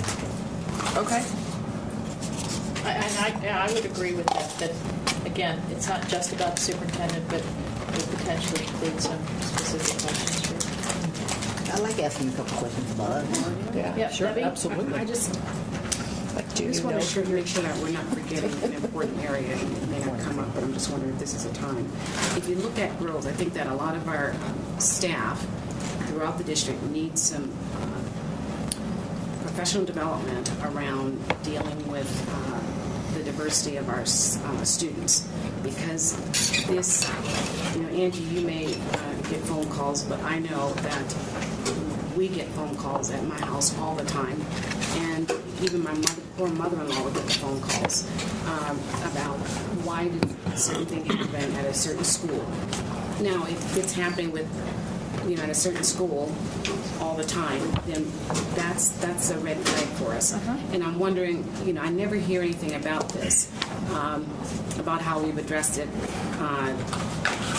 And that's, again, that would be my fault, because now I see where there's an opportunity for me to sit in my meeting with Tracy and say, hey, when we received this letter, how did we respond? Yeah, there you go. So all that's on me. But I know that for myself, I've called parents and said, okay, this is what I can do to help, and that I always follow through. But it's not just one parent. It's happening a lot in our district, in pocket areas. Yeah. And I'm sure that, Gina? Gina must have some information that she could share with us about how often this is happening. Then you also have to remember that a lot of people just don't say anything. They just let it happen to them. And this has gone on for too long in our district. It's 2018, and it's time for all of us to be the leaders that we're supposed to be around getting some of these emails that we get about students calling, saying, oh, it must be great to jump across, you must be great at jumping across a fence, because, at jumping, because you had to jump across the fence to get here, stuff like that. And for it to go unaddressed, or, and again, there were other things out of the same school. So what are we doing? I'll just talk to you about that. And I think those are the opportunities we talked about for board issues, trustee issues. Well, at one time, it was a requirement, a recertification requirement to take a multicultural course.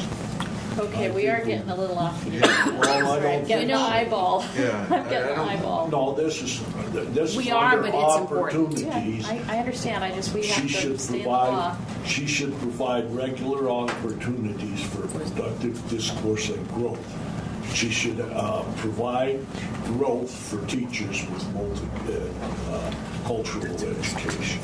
And one of the things I'm hearing is that perhaps we don't adequately reflect it in the strategic plan. Right. And so maybe we need to have something in the strategic plan, because I was looking for it, in all of these, and I know that you built this from this, and it's not really there. Right. So that's the level at which we need to address it, and maybe you guys can bring something back to us to. And I think that's a add different that. discussion that we talked about. Like that is Yeah, 'cause part of there the are next. There's yes. other ideas that we need to freshen Good. up. Okay.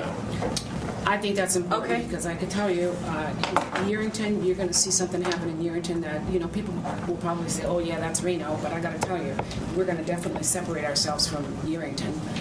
But they are definitely going to be called on the carpet. Yeah. And I would hate for that to happen to us. So I'm watching the clock. I am It's too. important. So it sounds to me like there's a couple other, this item, it sounds like there might be a couple other items that are not reflected in the strategic plan that we think should be.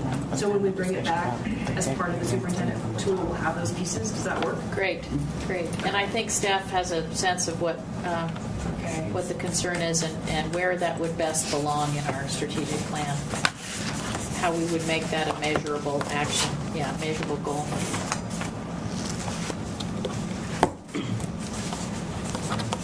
Okay. I'm not sure what they are, but that's okay. So if it's all right, we're not going to. David knows. Yeah, fine. Do we need a motion on I think I would welcome a motion that would describe the direction, because we aren't providing the same content that we did on board relations. So it would be great to give staff and on strategy some direction of what we want to come back with Does anybody want to take a stab at that? Don't all jump at once. Our believers like, I already did my one. I just walked back in, so I kind of missed Okay, you take a stab and then we'll. Yeah. I can't make a motion, but I can make a No, suggestion. you can, but people know how to say so moved around here. The components within employee engagement and organizational climate will be indicators vis-a-vis two separate surveys, one that would be staff and one that would be community focused, separated from superintendent evaluation time frame. Components within those surveys will maintain elements from the current year's survey where appropriate, such as the overall perception of the district. We'll make sure we're assessing employee engagement, possibly using a national standard. Let us work on that. We want to make sure we include some specific questions related to the superintendent as well as the board. That's what I wrote down. The only thing I'd add to that and be able to make a motion would be that when you mentioned we would look back at the survey for the first bullet, I would also say that we could draw upon some of the questions from the survey for the third bullet as well. Agreed. Yep. Okay.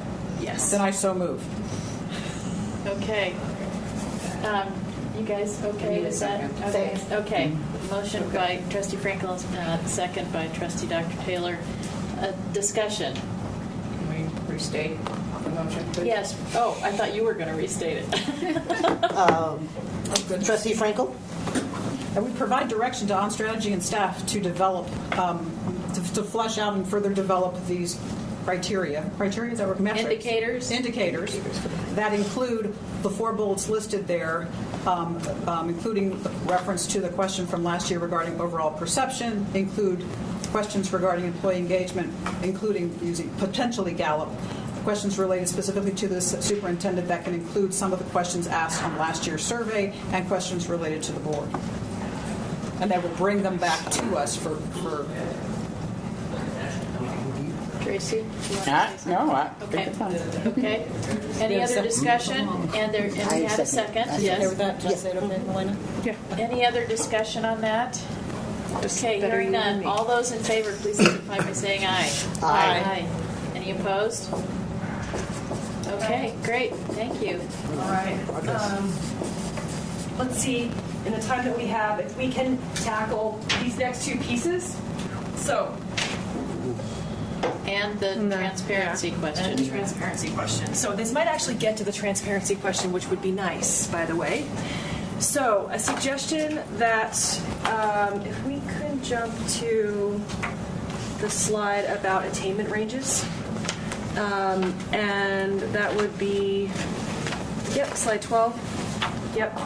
So to help us with the transparency as well as the objectivity, the suggestion that we've made is and that we would articulate attainment based on the percent achievement to the target for the current school year. So let's just take graduation rates. Page 16, it's the easiest one to get our brains around.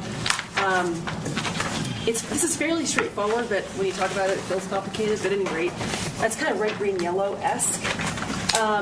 So the proposal that myself and staff worked on was that we would consider attainment is 90% above achievement of that target. So we're within 90% above or above of 85%. I'm on page 16. 85% of graduation rates.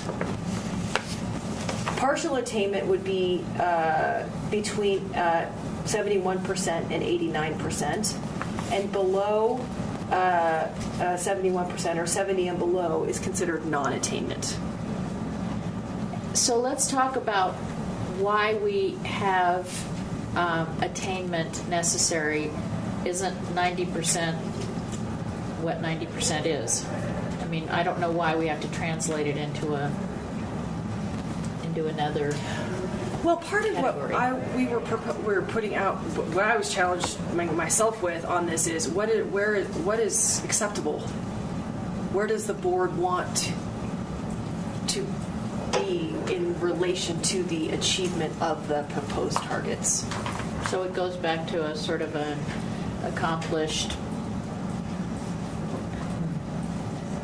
Other thoughts? So when we looked at this, we looked at and we did examples to kind of flesh this out, and it was a little difficult, but we tried to work through what that would look like to be fair. So if the target graduation rate, let's just say it's supposed to be 90%, right?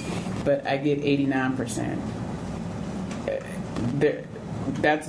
That's 90% or whatever, so it would be green, right? Like we were trying to give some, so that you wouldn't have so much subjectivity around, oh, I really like Tracy. So, and the opposite is if it was 90% and I got 75% graduation rate, right? Then it's not I like Tracy and I'm going to give her all the points, because you could actually calculate it out.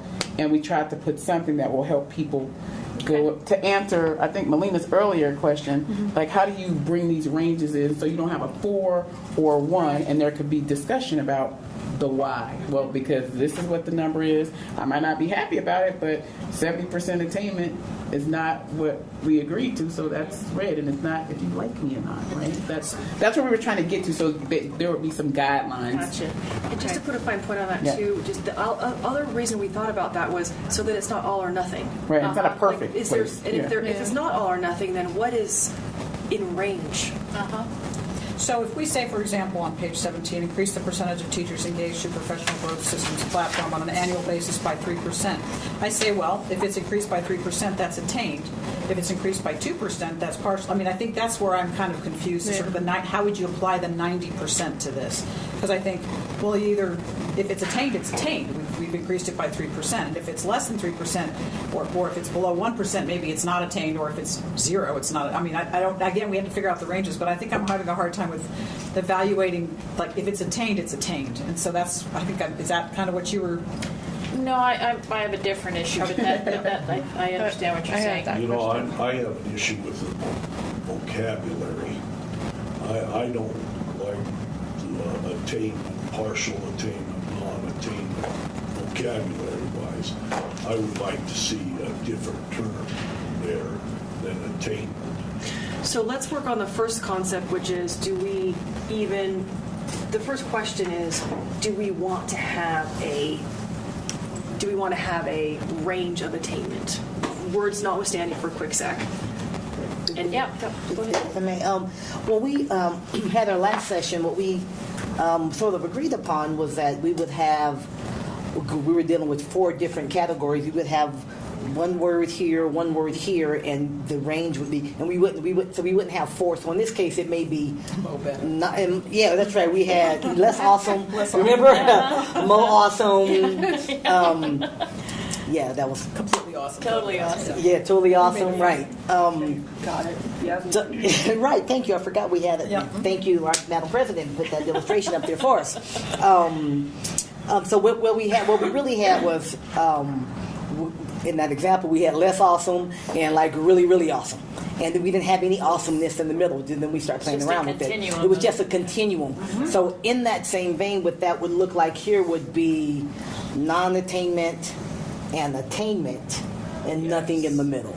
And so then we would need to articulate what we would need to articulate the action. Right, because if we're saying exact numbers, right? Anybody in the world is set up for failure. This ain't Tracy Davis, any failure for any superintendent. Because it's not feasible. You're always going to have fluctuations in percentages. Right. So we're trying to figure out how do we do that so that you all are on the same page around it. So that's and what's specifically up there is the fact that 90% off of 85%. I get that these are percentages, but that just means that we're not saying if you don't hit 85% exactly, it's bad. We're saying if you're in range. I'm okay. Well, partial attainment's not bad. I mean, you just don't attain it, right? And it's the notion about whether or not we want to be progressive in that regard. This reminds me of the airport authority version, I think. Yeah, that is true. So we looked at a variety, right? Not in a bad way. I thought that was nice that it was so clearly. Yeah. Oh, yeah. So it is similar to that. What percentage of the goal is right? Yeah. It was even tied to the bonus. Yeah. That it's true. That is true. And it was merely to help the board in the context of in the future what is good. And is it either hitting the target or not hitting the target, or is there some sort of? So there was, so Tracy, you were part of a conversation and you felt that it was appropriate for you to be having to achieve 70% of the goal in order to get some credit for it. We played with the numbers, right? And they kind of went up, they kind of went down, and we thought, what do we see as a standard across? Yeah. Like, what we have to have a standard, right? Yeah, And we just looked at, if there's 70% of a goal is at attainment, that's work to be done as growth, but maybe that's not close enough to attainment. Now somebody else might say 75%. We kind of, the numbers I don't think are, like, there's wiggle room around those numbers, but trying to create something so that we don't have this, well, I gave her this and you gave her that, whereas we can have something where we can look at it and say, yeah, you love her, but that didn't happen. Yeah. Right? Well, and I don't know how we get to maybe that. there's a visual way to do it, Right. like we were striving for the other time. On the awesomeness Because scale. I'm sensitive to John's thought as well, but it could almost be like a scatter diagram where here's the continuum and here's all the criteria, and she got that dot point on a scale of 100% completion on this one, and she got 56% on this one, and she got 89% on this one. So you can create a visual composite of where the person landed, and it's not a number and it's not a word. It's a composite. You know what I mean with the scatter diagram? I'm pausing because the data is pretty complicated, actually, Yes. and so I'm a little bit like, okay, I hear ya. Yeah. I love it. Draw it? Yeah, Can I draw it? it's more about normalizing all the data in that Right. But I fashion. think you could. I think you could in the same way. So here's our, here's all of our criteria, and this is 100% attainment, and this is 0% or whatever it is. And so on this one I scored here, on this one I scored here, on this one I scored here, on this one I scored here, and this one I'm here, and you create a composite that looks like an Easter egg. So let me say this back to you. So instead of, you're actually going from 0 to 100 now, Well, right? I don't know. I mean, I but just- I percentage threw wise, that out, right? yeah. Right. But percentage wise, it's across. You may have a 20% completion on Right. something, or I don't know. Well, It's you know just what's so interesting vague to about these metrics are not completion metrics. They're all, which is kind of cool. It actually was pretty interesting about these metrics is they're not completion metrics. They are Growth methods. growth metrics Which off I like. of a Yeah. hard data point, which is kind of cool. Yeah. I'm with you on that if they were 100% complete. I guess the question for the board is, do you want a guide for what is good and not good? I mean, that's really my question. Because you don't even need any of this if the target's the target and we either achieve the target or don't achieve the target, then Well, but I do think there needs to be a way to roll all of that up into something. Yeah. And I don't know that averaging it is the right way either, because, I know our next question is about weighting of goals. I don't know, just... I like the idea of to get this attainment has to accomplish these things. You see, because 90% of what? well, it's the 90% of the performance measure of measure. goal. It's the performance measure. But when you're looking at it, 90%, you don't know the goals. And I like what you just said about having a guide to what's what. Well, I think the 90% would apply, like, for example, the one I just mentioned before. If your goal is to increase it by 3%, the expectation is you're going to increase it by 3%. If you increase it by more than 2.7%, which is 90% of 3%, Right. then that would be attained. Right. That's Right. I had to multiply the Yeah. Yeah, that's... But so let me ask And you everybody this. would be on the same Let me page. ask you a quick question. One concern is, I know we have to go. One concern is how do we aggregate it, which I know. But do we want to have a range of attainment, words notwithstanding, or we would prefer just a number? I think you just have the number. But you just said you like the guide of having that. Well, no, the guide is to figure out whatever the number is, right? Well, I think the superintendent needs more. Yeah. I mean, for us, because you need to know whether if you got to hit 2.7 to get attainment in that particular category. If you don't know that, and if we haven't said that, then.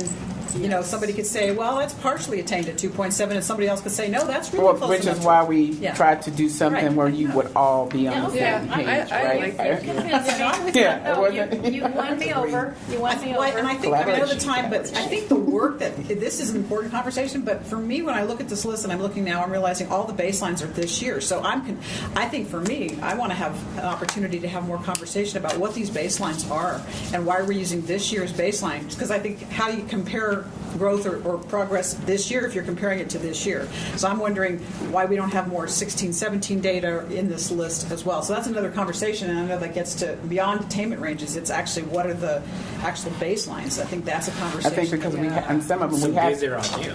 Because we just set the baseline. Oh, I We know. just set the baseline, so we can't go back on stuff where we don't have data for. Right? No, I don't. But we don't have We don't have any other data on any of these. They're all 17-18. Right. We talked about at one point though, sort of like two systems here where we have something that we need to do to have ready to go and use in October for this period or whenever the state numbers come in, and then we have this idea of like really perfecting it. But are we now just talking about one thing that we'd use now and forever in perpetuity? I think this is the now tool for sure, Okay. right? Which could evolve into the later tool. We Okay. could, after you work with the tool for now. This can be used. It wouldn't all just be establish a baseline. There are 20% of the numbers we do. Oh, have. that's right. To I'm Katie's sorry. point earlier, 20% some of those is are pretty good. darn good metrics. Right. Yeah. I mean, truly. Yeah. So, Okay. And I get some it. we may be Thank able you. to find Yes. from in other areas. So there may be some other existing data. Like the one on how many professional opportunities provided through the professional growth system. I would think we have that. If we wanted to go up by 3%, we'd probably look at the data from last year, from 16-17, and say how many teachers were engaged in 16-17, and then that's where we look for the growth between last year and this year. So I know we're going to lose Melina because she needs to go, but so could we vote on this attainment? Can we vote on this attainment ranges proposal? I think staff would appreciate direction on that.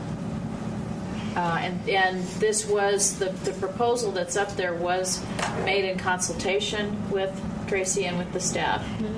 So does anybody want to make a motion about that? Do you want to say something?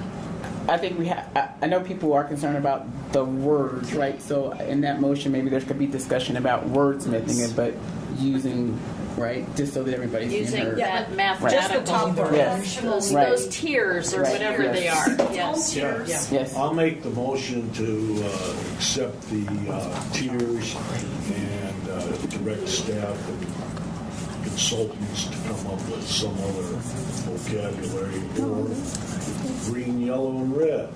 Just, to bring it back for further discussion. And that doesn't include the bottom item of note, because I think that's a different discussion. Correct. Okay. Yes. Agreed. Okay, and John Mayer's made the motion. Is there a second?